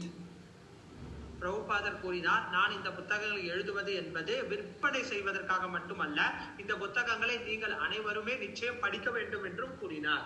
Of course, he was pleased that the devotees were enthusiastic to go out and sell the books, but he was also very pleased when he saw that the devotees were reading his books. Srila Prabhupada அவரது சீடர்கள் இந்த புத்தகங்களை உற்சாகமாக விநியோகம் செய்வதை கண்டு மிகவும் மகிழ்ச்சி அடைந்தார். அதற்கு மேலாக அந்த பக்தர்கள் அமர்ந்து இந்த புத்தகங்களை படிப்பதை பார்ப்பதும்போது Srila Prabhupada மிகவும் மகிழ்ச்சி அடைந்தார். And Srila Prabhupada used to read the books himself. He used to sit and he would have a devotee come and read Krishna book to him, and he would sit and listen, and he would feel so much pleasure. Srila Prabhupada அந்த புத்தகங்களை படிப்பது உண்டு. ஒரு சீடரை அழைத்து கிருஷ்ண புத்தகங்களை படித்து அவர் கேட்க மிகவும் பிரபுபாதர் மகிழ்ச்சி அடைவார். And Prabhupada would remark, I have not written these books, Krishna has written them through me. பிரபுபாதர் கூறினார், நான் இந்த புத்தகங்களை எழுதவில்லை, என் மூலமாக கிருஷ்ணர் இந்த புத்தகங்களை எழுதியிருக்கின்றார். So our business as devotees, that certainly we have to read all of Prabhupada's books. நிச்சயமாக பக்தர்களாகிய நாம் ஸ்ரீல பிரபுபாதரின் அனைத்து புத்தகங்களையும் படித்திருக்க வேண்டும். And you don't want to just read them one time, you want to read them again and again. We have to know them well. நாம் ஒருமுறை மட்டும் படித்து முடித்து விடக் கூடாது, மீண்டும் மீண்டும் அவற்றை படித்து படித்து தெரிந்து கொண்டிருக்க வேண்டும். So as devotees, we have a responsibility to our founder Acharya, to not only to distribute his books, but to read them, to study them, and to teach them. ஆகவே நாம் பக்தர்களாகிய நாம் நமது ஸ்தாபக ஆச்சாரியர் எழுதிய புத்தகங்களை விநியோகம் செய்வதுடன் நாம் அதனை படிக்க வேண்டும், புரிந்து கொள்ள வேண்டும், மற்றவர்களுக்கு எடுத்துரைக்கின்ற கடமையை பெற்று இருக்கின்றோம். Prabhupada saw how there's so much money, so much emphasis and importance put on material education, which is very temporary and very limited. Srila பிரபுபாதர் பார்த்தார், மிகவும் தற்காலிகமான இந்த பௌதிக கல்வியின் மீது எவ்வளவு சக்தி, எவ்வளவு பணமானது செலவிடப்படுகின்றது என்பதை ஸ்ரீல பிரபுபாதர் பார்த்தார். And there's a great need for spiritual education. It's very much lacking around the world. உலகம் முழுவதிலும் இந்த ஆன்மீக படிப்பானது மக்கள் அதிக ஆர்வம் கொள்வதில்லை. இதற்கு குறைபாடானது இருப்பதை ஸ்ரீல பிரபுபாதர் பார்த்திருந்தார். I remember one morning I was given the opportunity to go on a morning walk with Srila Prabhupada. ஒரு நாள் காலையில் ஸ்ரீல பிரபுபாதருடன் காலை நடை செல்வதற்கு எனக்கு ஒரு வாய்ப்பானது கொடுக்கப்பட்டிருந்தது. There was only Prabhupada with his secretary Shamsundar Prabhu, and then myself and another brahmachari. We were 4 people only. We went in the car, we drove to a park, then we walked in the park. அப்பொழுது ஸ்ரீல பிரபுபாதர், அவரது உதவியாளர் ஷாம் சுந்தர் பிரபு மற்றும் இன்னொரு பக்தர், நான் என்னுடன் சேர்த்து 4 பேர் இருந்தோம். நாங்கள் காரில் சென்று பிறகு அங்கிருந்து ஸ்ரீல பிரபுபாதர் நடக்க தொடங்கினார். So as we walked in the park, we could see there was a policeman and he was waking someone up. There was some young man laying there sleeping in the park, and the policeman was kicking him, telling him, get up, get up. அப்பொழுது அந்த பூங்காவில் நாங்கள் நடந்து கொண்டிருக்கும் போது ஒரு காவல் அதிகாரியானவர் அங்கு இருக்கக்கூடிய ஒரு நபர் தூங்குவதற்குரிய நபரை தட்டி எழுப்பினார். எழுந்திரு எழுந்திரு என்று அவர் கூறுவதை நாங்கள் பார்த்தோம். So Prabhupada commented, he said, you see, the man is coming from a good home. His mother and father have a good house, but he's sleeping in the park. நீங்கள் இந்த மனிதரை பார்க்கிறார், இவர் நல்ல குடும்பத்திலிருந்து வருகின்றார், நல்ல பெற்றோர்கள் இருக்கின்றார்கள், இருந்தாலும் அவர் இங்கு பூங்காவில் தூங்கிக் கொண்டிருக்கின்றார். And then Prabhupada told a story. He said, you know, one time Lord Shiva and his wife Parvati were walking in the market, and they were approached by a beggar man asking for some contribution. அப்பொழுது ஸ்ரீல பிரபுபாதர் ஒரு கதையை கூறினார். ஒரு சமயம் பார்வதி தேவி மற்றும் சிவபெருமான் ஒரு சந்தையில் நடந்து கொண்டிருக்கும் போது அங்கு இருக்கக்கூடிய ஒரு மனிதர் இவர்களை அணுகி ஏதேனும் உதவி செய்யும்படி கேட்டார். So Lord Shiva's wife Parvati showed her womanly nature, and she felt sorry for the man, and she requested her husband, can't we give him something to help him? அப்பொழுது பார்வதி தேவி இயற்கையாகவே நல்ல குணம் கொண்ட பார்வதி தேவியானவர் சிவபெருமானிடம் கூறினார், நீங்கள் ஏதாவது இந்த மனிதரை பார்க்கும்போது மிகவும் பாவமாக இருக்கின்றது, இவருக்கு ஏதேனும் உதவி செய்ய முடியுமா என்று கேட்டார். So Lord Shiva said to his wife, he said, well, this is the man's karma. And he said, we could try to help him, but it's not going to change his karma. அப்போது சிவபெருமான் கூறினார், இதுதான் இந்த மனிதனின் கர்ம வினையாகும், நாம் ஏதேனும் செய்வதற்கு முயற்சி செய்தாலும் இவரது கர்ம வினை இவ்வாறு தான் அமையும் என்று சிவபெருமான் பார்வதி தேவியிடம் கூறினார். So Lord Shiva, in order to convince his wife, he took a fruit, and he took a fruit like a papaya, something hollow inside, you know, and inside the fruit he put valuable golden necklace, jewels. அப்பொழுது சிவபெருமான் ஒரு பழத்தை, அதாவது குழியாக இருக்கக்கூடிய பப்பாளி என்று நினைக்கின்றேன், அந்த பழத்தை எடுத்து அதுக்குள்ளில் மிக உயர்ந்த ஒரு நெக்லஸை வைத்து கொடுத்தார். And then he gave the fruit to the man, and the man took the fruit, but the man didn't know there were jewels inside the fruit, and he simply took the fruit and he went and sold it for a very small amount of money. அப்பொழுது அந்த மனிதர் இந்த பழத்தை பெற்றுக்கொண்டார். அந்த மனிதருக்கு தெரியாது இந்த பழத்திற்குள்ளே மிக உயர்ந்த கற்களானது இருக்கின்றது என்று. அவர் அதை தெரியாமல் இந்த பழத்தை எடுத்துக்கொண்டு மிகவும் சிறிய பணத்திற்காக அதனை விற்பனை செய்து விட்டார். So in this way Lord Shiva was convincing his wife that you can't really change this man's karma. ஆகவே விதமாக இவரது கர்மாவை நிச்சயமாக யாராலும் மாற்ற முடியாது என்று பார்வதி தேவியிடம் சமாதானம் கூறினார். And Prabhupada said in the same way, he said these young people, although they are born in a good home and so on, but they can't take advantage of their karma. அப்போ ஸ்ரீல பிரபுபாதர் கூறினார், இந்த மனிதர்கள் மிக உயர்ந்த குடும்பத்தில் நல்ல பெற்றோர்களுக்கு பிறந்தாலும் இவர்களது கர்ம வினையானது மாற்றப்படுவது இல்லை. So Prabhupada liked to see everything in a very philosophical way. அனைத்துமே மிக தத்துவ ரீதியாக இருக்க வேண்டும் என்று ஸ்ரீல பிரபுபாதர் எதிர்பார்த்தார்.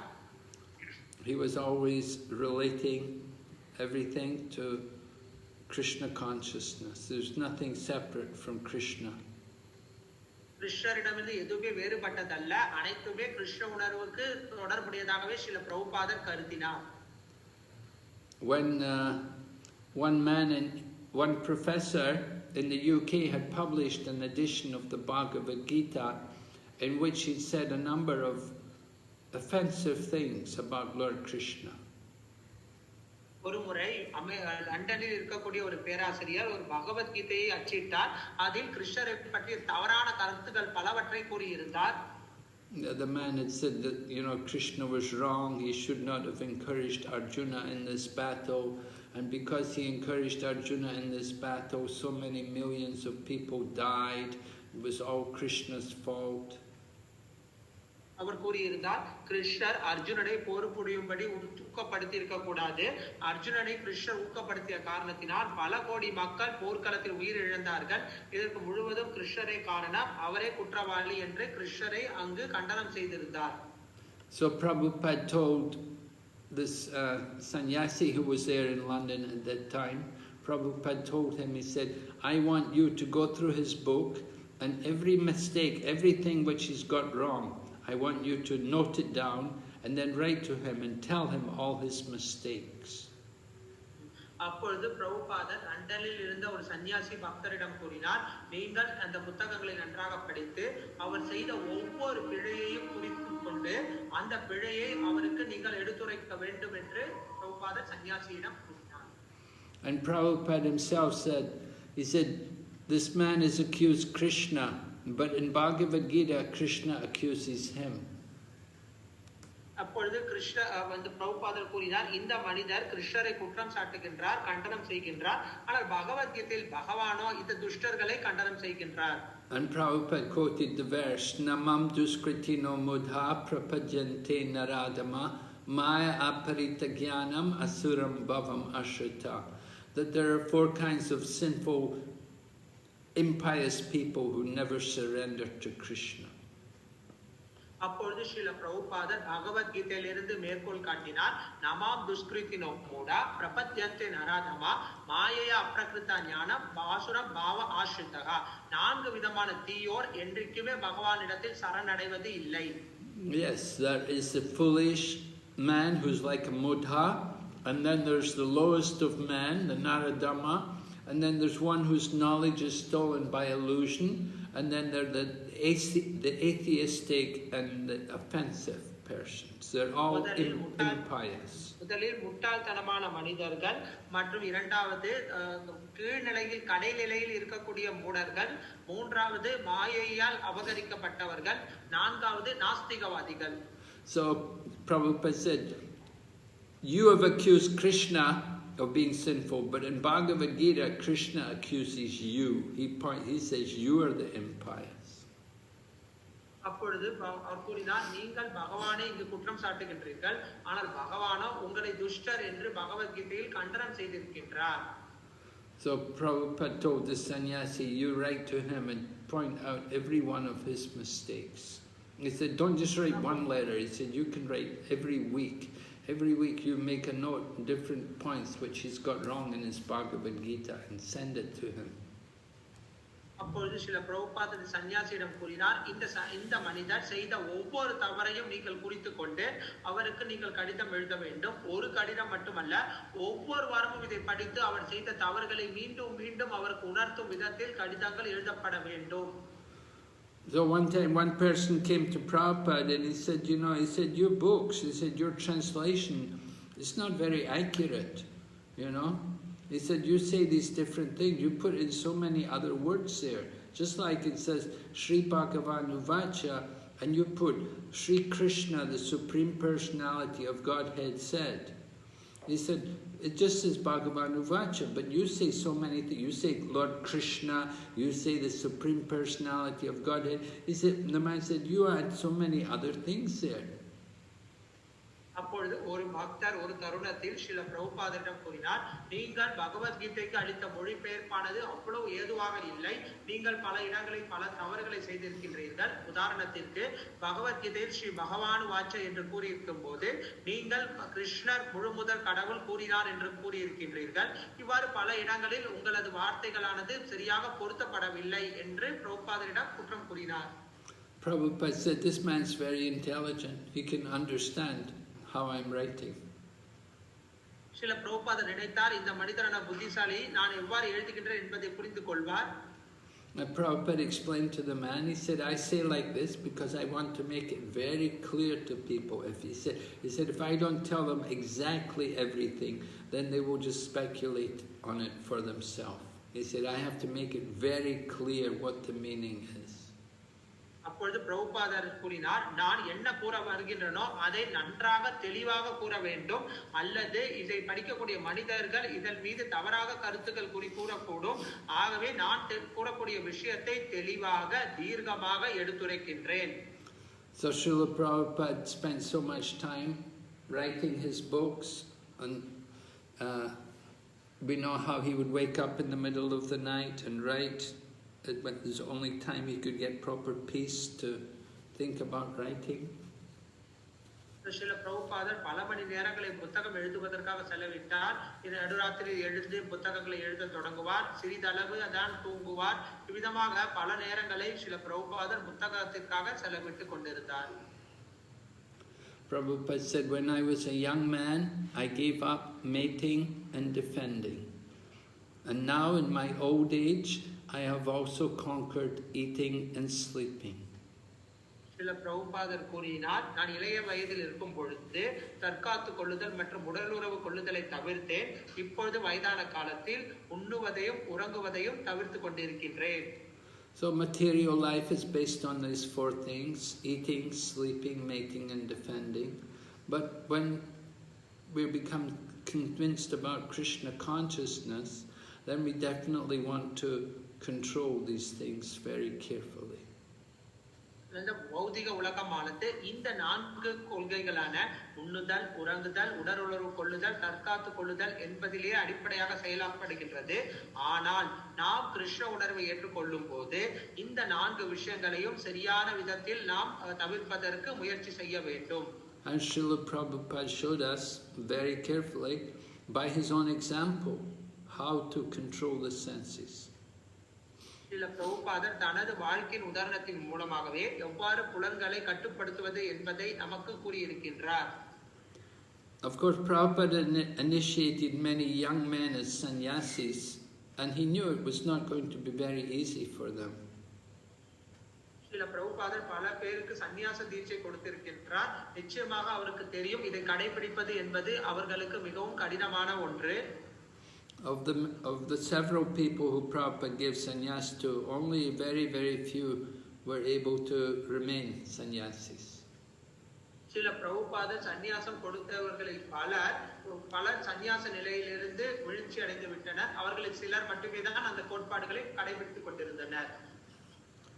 And Prabhupada was disappointed. He understood these Western men, they're not very familiar with what the sannyas vow means, and they take it lightly, and after accepting sannyas, then again they give it up.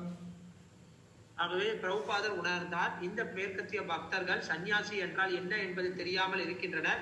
அவர்கள் இதை ஏற்றுக்கொண்டு பிறகு அதன் கோட்பாடுகளை பின்பற்ற முடியாமல் அந்த சந்நியாச நிலையை கைவிட்டு விடுகின்றனர். So Prabhupada certainly wanted good sannyasis, but they were important for to establish the preaching of the Krishna consciousness movement.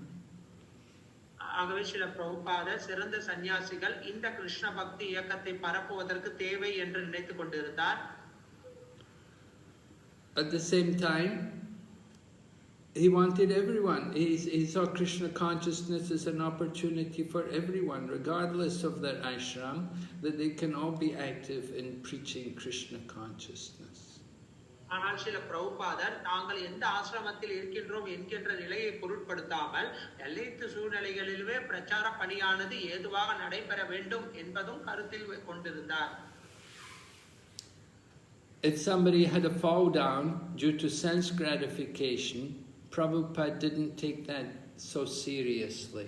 He could understand, he understood Maya is very powerful. யாரேனும் பக்தியிலிருந்து வீழ்ச்சி புலனின்ப காரணமாக பக்தியிலிருந்து வீழ்ச்சி அடைந்து விட்டால் பிரபுபாதர் அதை பெரும் பொருட்டாக ஏற்றுக்கொள்ள மாட்டார். நிச்சயமாக பிரபுபாதருக்கு தெரியும் மாயையானது மிகவும் சக்தி வாய்ந்தது என்று. And someone had a fall down because of sense gratification, Prabhupada would encourage them to remain in Krishna consciousness, but maybe they had to change their ashram. அப்படி ஒருவேளை யாரேனும் புலன் இன்பத்தின் காரணமாக வீழ்ச்சி அடைந்து விட்டால் பிரபுபாதர் அவர்களை உற்சாகப்படுத்துவார். கிருஷ்ண உணர்வில் இருக்கும்படி கூறி அவர்களது ஆசிரமத்தை மட்டும் மாற்றிக்கொள்ளும்படி அவர்களுக்கு கூறுவார். Just like some days may be difficulty in sannyas, then Prabhupada said no harm, you can get married, you become a grihastha, you'll be happier there. உதாரணத்திற்கு ஒருவர் சன்னியாசியாக இருப்பது மிக கடினமாக இருக்கும் என்று கருதினால் அவரை திருமணம் செய்து கொண்டு குடும்ப வாழ்க்கையில் இருந்து கிருஷ்ண உணர்வை பயிற்சி செய்யும்படி பிரபுபாதர் ஊக்கப்படுத்துவார். He didn't tell them you have to go into the Triveni and drown yourself. He didn't say like that. நீங்கள் திரிவேணிக்கு சென்று உங்களை அங்கே நீங்கள் மூழ்கடித்துக் கொள்ள வேண்டும் என்று எல்லாம் அவர் கட்டளை கொடுத்தது இல்லை. So Prabhupada was tolerant. He understood that there was going to be difficulties for people in different ashrams. பிரபுபாதர் பல ஆசிரமங்களில் பக்தர்களுக்கு பல கஷ்டங்கள் இருக்கும் என்பதை நன்றாக உணர்ந்தவராக இருந்தார். But the main thing, he wanted them to stay in Krishna consciousness. Don't give up Krishna consciousness. அவர் எதிர்பார்த்தது அனைவருமே எப்பொழுதும் கிருஷ்ண உணர்விலே இருக்க வேண்டும். கிருஷ்ண உணர்வை எந்த சூழ்நிலையிலும் கைவிட்டு விட கூடாது. So we have a lot to thank Srila Prabhupada for. We have so much debt to him, we can never expect to repay the debt. Srila பிரபுபாதருக்கு நாம் பட்ட கடனை எப்பொழுதும் நம்மால் திருப்பி செலுத்த இயலாது. ஸ்ரீல பிரபுபாதருக்கு நாம் என்றென்றைக்கும் நன்றி கடன் பட்டிருக்கின்றோம். அதை எந்த தருணத்திலும் நம்மால் திருப்பி செலுத்துவது என்பது இயலாத ஒன்று. So we hope that we can go on and dedicate life after life in the service of Srila Prabhupada's mission. Srila பிரபுபாதரின் இந்த இயக்கத்திற்கு ஒவ்வொரு பிறவிலும் நாம் மீண்டும் மீண்டும் சேவை செய்ய வேண்டும் என்பதையே நாம் மனதில் ஆசையாக கொள்ள வேண்டும். Okay, we will stop and ask if there's any questions. உடன் இதை நிறுத்திக் கொள்கிறேன். யாருக்கேனும் சந்தேகம் இருந்தால் தயவு செய்து கேளுங்கள். Thank you so much, Maharaj. Thank you so much. I think we can never repay our debt to you, because you are only bringing us all this information to us about the glories of the qualities of Srila Prabhupada. Thank you so much, Maharaj. Maharaj, one clarification. There are a couple of questions. If we see that Chaitanya Mahaprabhu did not even want to see the face of Chota Haridas when he had looked at Chiki Mahiti's sister Madhavi when he went to beg rice for Chaitanya Mahaprabhu. But here we see Srila Prabhupada is being so merciful that even if they get back to the different ashram and then continue their Krishna consciousness, that's fine. Apparently, there seems to be some difference between what Mahaprabhu did in that particular case and in the case of Srila Prabhupada. So how to properly appreciate that, Maharaj?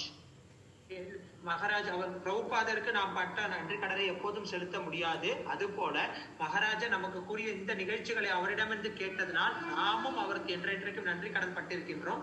ஒரு கேள்வி, அதாவது சைத்தன்ய மகாபிரபு ஆனவர் சோட்டா ஹரிதாசர் மாதவி சிக்கி மகதி என்கின்ற ஒரு பெண்ணை அரிசி வாங்கும் போது பார்த்ததற்காகவே சைத்தன்ய மகாபிரபு அவர்களை நிராகரித்தார். ஆனால் நாம் பார்த்தோம் பிரபுபாதரோ அவரது சீடர்கள் அந்த நிலையிலிருந்து விழுந்தாலும் பரவாயில்லை என்று உற்சாகப்படுத்தி அவர்களை ஆசிரம் மாற்றிக் கொண்டு கிருஷ்ண உணர்வை இருக்கும்படி உற்சாகப்படுத்தினார். அப்பொழுது பார்க்கும்போது சைத்தன்ய மகாபிரபுவிற்கும் பிரபுபாதருக்கும் பெரிய அளவில் இடைவெளியானது இருப்பது போல தெரிகின்றது. இதை எவ்வாறு புரிந்து கொள்வது? Yes,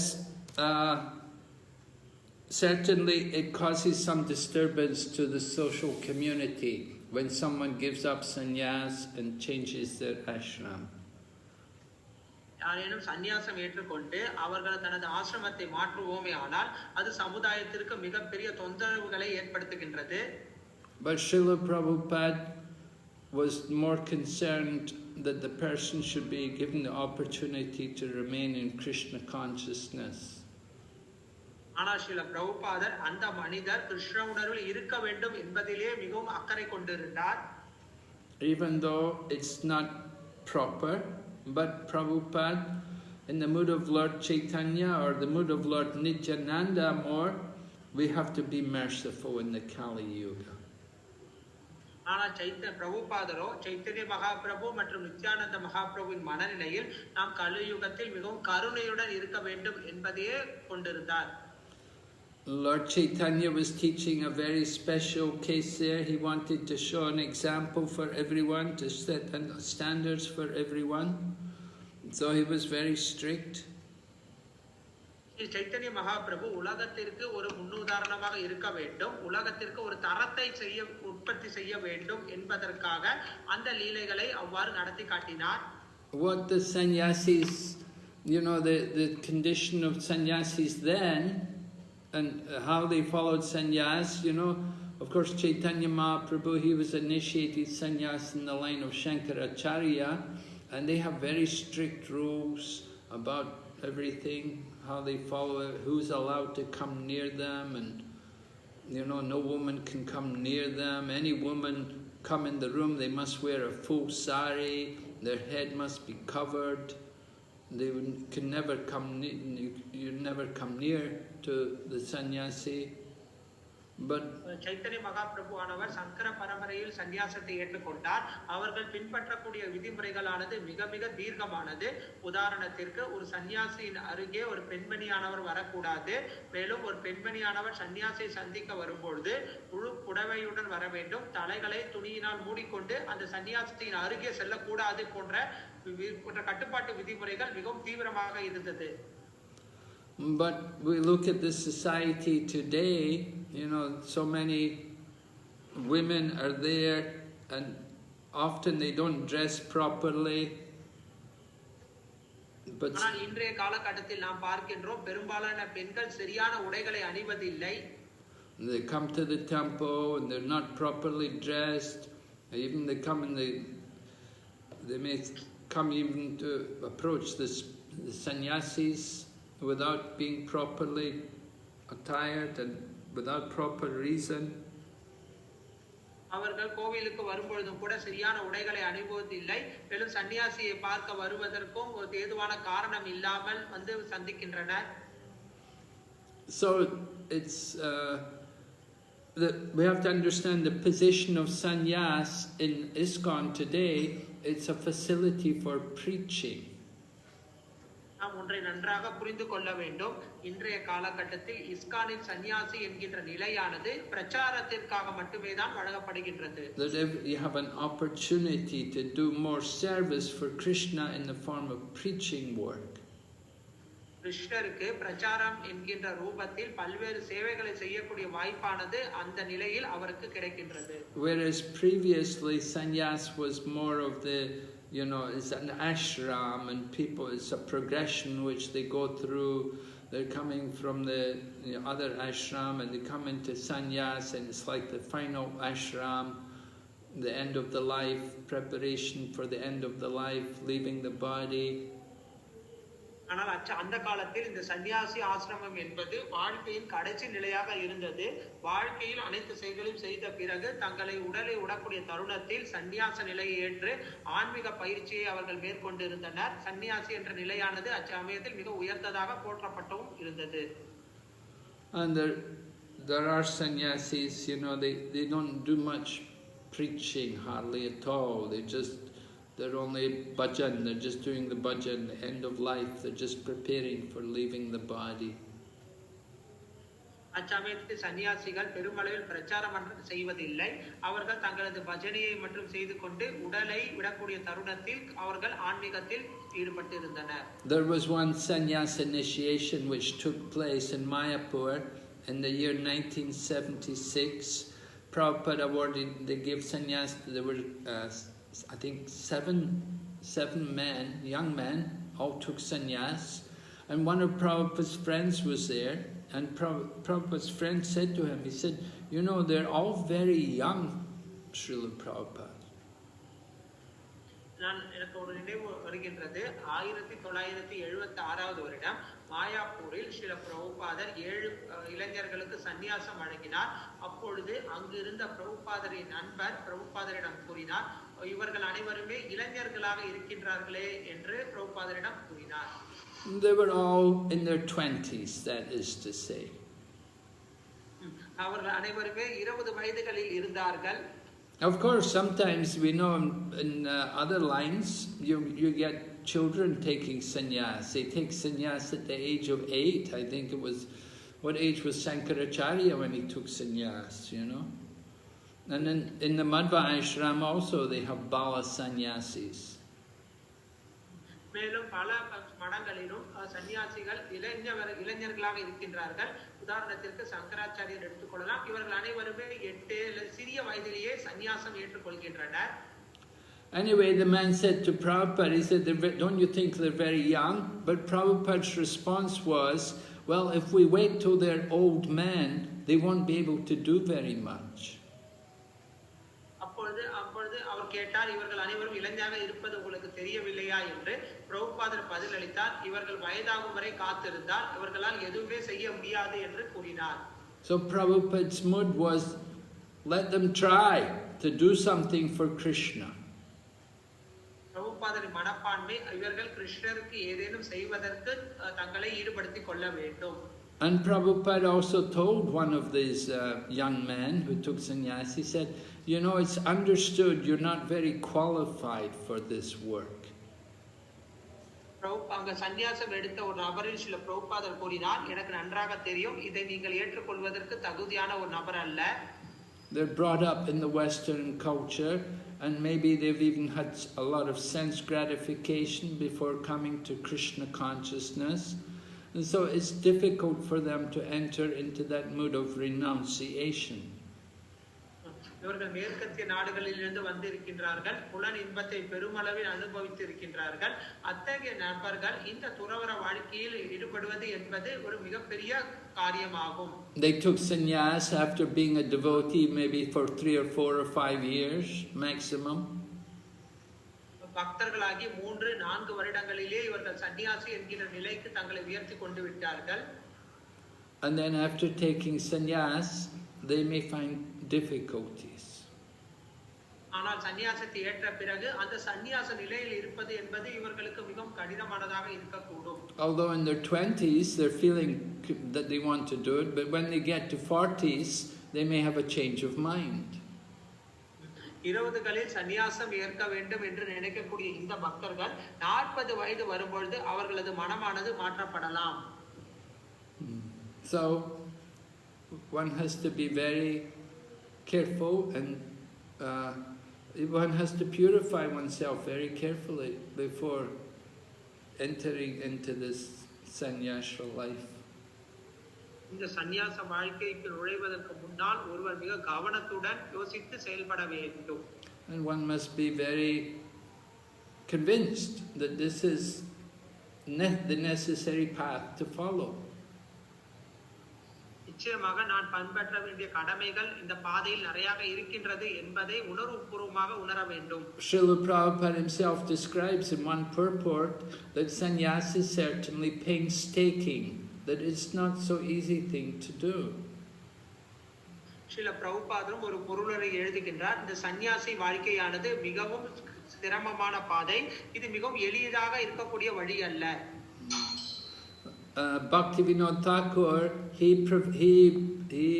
recommended rather than sannyas, rather than the itinerant sannyasi traveling and preaching everywhere, better is to be a kshetra sannyas and just simply stay in the holy place and chant the holy name and study the scriptures. பக்தி வினோத் தாக்கூர் கூறுகின்றார், உலகம் முழுவதும் ஒரு இடத்தில் அமர்ந்து கொண்டு செய்வதை விட உலகம் முழுவதும் பிரச்சாரம் செய்யக்கூடிய சன்னியாசிகள் மேலானவர் என்று கூறுகின்றார். But Prabhupada said, I have declared war on Maya. What can I do? I have declared war on Maya. In the wartime, we have to send everyone, even though they're unqualified, even though they're young, they're not experienced. We have to use everyone in the service of Krishna to fight against Maya. பிரபுபாதர் கூறினார், நான் மாயையோடு ஒரு யுத்தம் செய்ய போகின்றேன், இந்த யுத்தத்தில் இளைஞர்கள் எல்லாரையும் நான் அனுப்ப வேண்டும். நான் என்ன செய்வது? மாயையுடன் யுத்தம் செய்யக்கூடிய நேரத்தில் அனைவரையுமே நான் தயார்படுத்தி உலக நாடுகள் முழுவதற்கும் அனுப்ப வேண்டும் என்று கூறினார். So just like in a war, when there's a war, it's understood there's going to be casualties. So in the same way, there's going in this war against Maya, some people will fall down. போர்க்களம் என்று வந்தால் நிச்சயமாக வீழ்ச்சி என்பது நிச்சயம் இருக்கும். அது போலவே இந்த மாயையோடு நடத்தக்கூடிய யுத்தத்திலும் வீழ்ச்சி என்பது நிச்சயம் இருக்கக்கூடும். When we would ask Prabhupada, when they say, Prabhupada, this devotee left, isn't it surprising? We never thought this devotee would leave. He seemed such a nice devotee. Prabhupada would say, don't be surprised who goes. Just be surprised that somebody stays. பிரபுபாதரிடம் பல பக்தர்கள் வந்து, பிரபுபாத் இந்த பக்தர் மிக சிறந்த பக்தர், இவர் வீழ்ச்சி அடைந்து விட்டார், இவர் நமது இயக்கத்தை விட்டு சென்று விட்டார், இவர் நம்மை விட்டு பிரிந்து விட்டார் என்றெல்லாம் கூறும்போது பிரபுபாதர் கூறுவார், நீங்கள் பெரும் ஆச்சரியப்பட வேண்டாம், சென்றவருக்காக நீங்கள் ஆச்சரியப்படாதீர்கள், இந்த இயக்கத்தில் இருக்கக்கூடிய நபர்களை கண்டு ஆச்சரியப்படுங்கள் என்று கூறுவார். And this phenomena of people falling down and giving up Krishna consciousness, it's not unique to our movement. It's there in other sampradayas, it's also there in different other traditions. ஆகவே ஒரு சன்னியாசியானவர் விழுந்து விடுவது என்பது நமது இயக்கத்திற்கு ஒரு புதிதான ஒன்றல்ல. மற்ற இயக்கங்கள் மற்றும் கலாச்சாரங்கள் மற்றும் சம்பிரதாயங்களிலும் இது போன்ற நிகழ்வுகள் நடந்து கொண்டிருப்பதை நாம் பார்க்கின்றோம். Prabhupada would say, I'm always praying to Krishna. Don't let me fall down. பிரபுபாதர் எப்பொழுதும் கூறுவார், நான் எப்பொழுதும் கிருஷ்ணரிடத்தில் பிரார்த்தனை செய்கின்றேன், என்னை எப்பொழுதும் கீழே வீழ்ச்சி அடையக்கூடிய நிலைக்கு கொண்டு சென்று விடாதீர்கள். Of course, we knew Prabhupada was never going to fall down, but still he was teaching us the importance of praying to Krishna. நிச்சயமாக பிரபுபாதர் தனது நிலையிலிருந்து வீழ்ச்சி அடைவது இல்லை, ஆனாலும் எவ்வாறு கிருஷ்ணரிடம் பிரார்த்தனை செய்ய வேண்டும் என்பதை நமக்கு அவர் அங்கு காட்டுகின்றார். Hare Krishna. Thank you so much, Maharaj. Thank you so much. I think we took time from Maharaj up to 8:30, but I don't know how much time Maharaj. Just some Mataji is saying she has a question, some Sandini Mataji, but I have not received the question. Yes, it's received. One second, Maharaj. I'll just read it out for you. When Chaitanya Mahaprabhu condemned Chota Haridas for having spoken to a woman, Srila Prabhupada freely encouraged how to understand. I think that's a question Maharaj took all this time for the last 10 minutes to explain. Please go back to the recording and hear the answer. That's what exactly Maharaj was saying that. Thank you, Maharaj. Yeah. Okay. Thank you, Prabhu. Maharaj, do you have some more time or? Yeah. I have more time. Okay, sure. Yes, Maharaj. Thank you so much, Maharaj. We see that in the narration in the last 1.5 verse, you illustrated several aspects where Prabhupada was using the principles of Yukta Vairagya. Somebody was using somebody was a motorist, then he was using him to repair the car. Somebody was gardener, then he used him the decoration of flowers and things like that. That's the context this question is coming up. In today's scenario, of course, any walks of life, we would encourage them to chant Hare Krishna, practice Krishna consciousness, attend satsang. That's one aspect, Maharaj. But when it comes to allowing someone into the as an inmate of a temple, there's definitely a standard required. In that sense, we may not be able to take everybody who has any other skill just because they have their skill and take them to Krishna consciousness, use that particular skill, because we want them to have a standard of Krishna consciousness. So how to do this in a proper way that, Prabhupada seemed to have used it. Anybody who comes in that, that's some understanding. Please clarify this, Maharaj. கேள்வி என்ன என்றால், இந்த போன 1.5 மணி நேரமாக ஸ்ரீல பிரபுபாதர் யுத்த வைராக்கியம் என்கின்ற கொள்கையை மிகவும் தீவிரமாக பின்பற்றினார். யாருக்கு என்ன திறமை இருக்கின்றதோ அதை கிருஷ்ணருடைய சேவையில் ஈடுபடுத்த வேண்டும் என்று நினைத்திருந்தார். உதாரணத்திற்கு ஒரு தோட்டக்காரர் பூத்தோட்டத்தை அமைப்பது, ஒரு மோட்டார் வாகனம் ரிப்பேர் செய்யக்கூடியவர் காரின் ரிப்பேர் செய்வது என்று அவர்களுக்கு தெரிந்த திறமையை கிருஷ்ணரின் சேவையில் ஈடுபடுத்தினார். ஆனால் கோவிலில் தங்கி அங்கு சேவை செய்ய வேண்டும் என்று நினைக்கும் போது அதற்கென்று ஒரு தரம் ஒரு விதிமுறைகள் இருக்கின்றது. அவ்வாறு இருக்கும்போது தனக்கு தெரிந்த சேவையை செய்யும் பட்சத்தில் கோவிலின் விதிமுறைகளையும் பின்பற்றும் சூழ்நிலையில் எவ்வாறு ஒருவர் தன்னை ஏதுவாக அமைத்துக் கொள்வது, இதை பற்றி தயவு செய்து விளக்குங்கள். Yes, we want everyone to use their skills for the service of Krishna. At the same time, we also want everyone to chant Hare Krishna mantra and to follow 4 principles. So the principles of Krishna consciousness are also introduced. Not just you're good at fixing cars, very good. We want to teach everyone how to chant Hare Krishna and how to worship Krishna. பொதுவாக யாருக்கு என்ன திறமை இருக்கின்றதோ அதை நிச்சயமாக கிருஷ்ண சேவையில் ஈடுபடுத்த வேண்டும். அதனுடன் சேர்த்து நாம் மக்களை ஹரே கிருஷ்ண மகா மந்திரத்தை ஜபம் செய்யும்படியும் இந்த 4 கட்டுப்பாட்டு விதிமுறைகளை பின்பற்றும்படியும் உற்சாகம் செய்ய வேண்டும். உங்களுக்கு மோட்டார் வாகனம் சரி செய்யக்கூடிய திறமை இருக்கின்றது, மிக்க நல்லது. இருந்தாலும் அவரிடத்தில் நாம் இந்த ஹரே கிருஷ்ண மகா மந்திரத்தை கூறும்படி உற்சாகப்படுத்த வேண்டும். At the same time, if they have some skill, then they can use it in the service of Krishna. But the most important thing is that they develop also their Krishna consciousness. அவர்களுக்கு ஏதேனும் திறமை இருந்தால் நிச்சயமாக கிருஷ்ணரின் சேவையில் ஈடுபடுத்துவது மிக சிறந்தது. அதே சமயத்தில் அவர்கள் கிருஷ்ண உணர்விலையும் தங்களை முன்னேற்றிக் கொள்ள வேண்டும். We want to engage people. We have to recognize their different talents. What are their skills? What can they do for Krishna? மக்களிடம் இருக்கக்கூடிய திறமைகள், அவர்கள் எவ்வாறு கிருஷ்ணருக்கு சேவை செய்ய முடியும் என்பதையும் நாம் கண்டறிய வேண்டும். But the most important thing everyone has to do is to chant the holy name. ஆனால் அனைவரும் செய்யக்கூடிய ஒரே செயல் பகவானின் புனித நாமத்தை உச்சரிக்க வேண்டும். And we have to also, of course, instruct them of the importance of bad habits. If they're accustomed to sinful activities, they have to stop that. They have to stop that. They have to rectify that. They have to lead a Krishna conscious life. ஆனால் மக்களிடத்தில் தீய பழக்கங்கள் அல்லது பாவ செயல்கள் செய்வார்களேயானால் அதை கைவிட்டு விடும்படி நாம் கூற வேண்டும். அவற்றை கைவிட்டு விட்டு கிருஷ்ண உணர்வில் சரியான விதத்தில் செயல்படுவதற்கு நாம் அவர்களுக்கு உற்சாகம் கொடுக்க வேண்டும். So my point is that a Krishna conscious devotee can exist in any position in life. That he may be Shudra, he may be Vaishya, he may be Kshatriya, he may be Brahman. Not just only Brahmins, but Krishna consciousness is for people in every position, in every level of society. நான் கூற வேண்டிய கருத்து, கிருஷ்ண உணர்வானது சமுதாயத்தில் இருக்கக்கூடிய அனைத்து நிலைகளிலுமே இருக்க வேண்டும். பிராமணர், சத்திரியர், வைஷ்யர், சூத்ரன் என்று அனைவருமே கிருஷ்ண உணர்வு இருக்க வேண்டும். பிராமணர்கள் மட்டுமின்றி சமுதாயத்தில் இருக்கக்கூடிய அனைத்து நிலையில் இருக்கக்கூடிய மக்களும் இந்த கிருஷ்ண உணர்வை பெற வேண்டும். Now, for example, somebody may be good as a Vaishya and maybe good in business and they have a successful business. We don't want to encourage him to give up his business and just come and sit and chant Hare Krishna. உதாரணத்திற்கு ஒருவர் வைஷ்யராக, அதாவது வியாபாரம் வணிகத்தில் சிறப்பாக இருப்பாரேயானால் நாம் அவரது வியாபாரத்தை விட்டுவிட்டு நீங்கள் வந்து ஹரே கிருஷ்ண மகாமந்திரத்தை கூறுங்கள் என்று உச்சரிக்க கூடாது. But we do want them to chant Hare Krishna, but we want them to continue their business as well, make money for Krishna. நீங்கள் ஹரே கிருஷ்ண மகாமந்திரத்தையும் கூறுங்கள், அதே சமயத்தில் உங்களது தொழிலையும் தொடர்ந்து நடத்துங்கள். நீங்கள் தொழிலின் மூலம் இருந்து வரக்கூடிய பணமும் கிருஷ்ணரின் சேவைக்காக ஈடுபடுத்தப்பட வேண்டும்.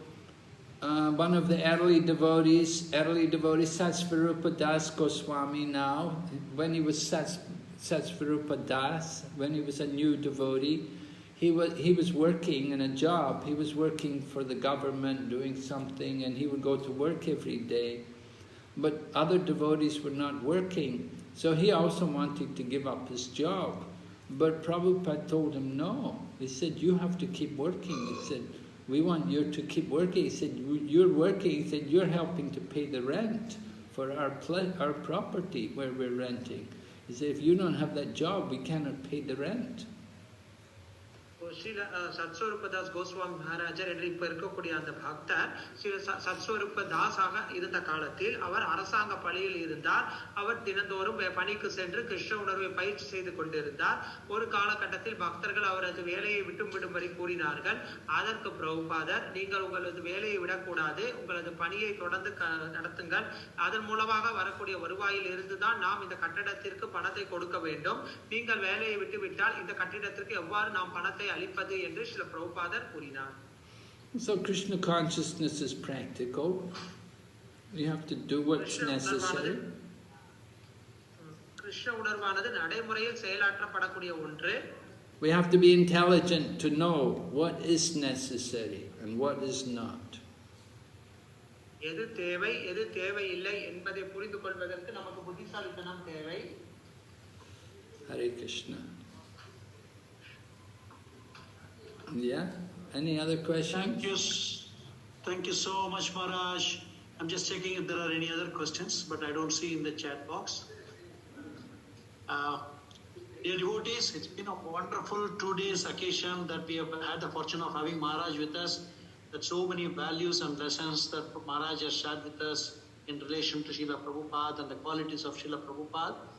I would request those who are on YouTube as well as on this Zoom channel, kindly share it with all the devotee community. Such a value will make definitely so many lessons that we can learn from Maharaj has today. And we can see what austerities that they have done in the beginning of the establishment of Krishna consciousness, ISKCON society. Like even without a temple, that you go and collect membership or go and take a bath in the lake, we cannot imagine today that there is only one bathroom in the entire temple that Prabhupada was there. And how Prabhupada was thoughtful, when he was giving a class, he's organizing his own transport to Vrindavan. That's the qualities of Prabhupada's thoughtfulness. And also Maharaj was saying that the Westerners are just sitting in a class and Prabhupada speaks in Bengali, and this is the sound vibration which is so important. Not necessarily whether they understand the language or not. How the etiquette is, when the etiquette is followed, it is so much pleasing to Prabhupada. And Krishna was such an amazing lesson, and how Prabhupada appreciates even services done by devotees when other members were accommodating Srila Prabhupada. And it's on and on, like Krishna has given us the good intelligence that we have to use it. And I think it's just not limited to that. We can beg, if we are all fortunate, we can ask. Maharaj was saying so much about the art of book distribution that during the early days, that how they were doing amazing book distribution. I think if all of us are, if we deserve, I'm sure we can beg to Maharaj to give us this association. One thing I wanted to say about book distribution I forgot was that I remember Prabhupada in New York, there was the one devotee, his name was Tripurari. He's a Swami now, but he left ISKCON. He has his own group. So he was called the incarnation of book distribution. And he was very prominent in Prabhupada's time. He was very proficient in distributing books. Prabhupada said he's an incarnation of book distribution. But Prabhupada also told him, in front of all the devotees in New York Temple, many devotees, he said, they must want to take the book. You should not force them.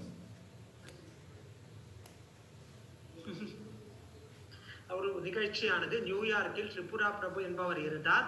அவர் நன்றாக புத்தகம் செய்யக்கூடிய ஒரு மனிதர். பிரபுபாதர் அவரது புத்தக விநியோகத்தின் அவதாரம் என்றே அழைப்பார். அந்த அளவுக்கு திறம்பட புத்தக விநியோகம் செய்யக்கூடிய அந்த பக்தர். பிரபுபாதர் அவரிடம் கூறியது, நீங்கள் யாரையும் புத்தகம் வாங்க வேண்டும் என்று வற்புறுத்தக்கூடாது, அவர்களிடம் புத்தகங்களை கொடுக்க வேண்டுமே தவிர வற்புறுத்தக்கூடாது என்று கூறினார்.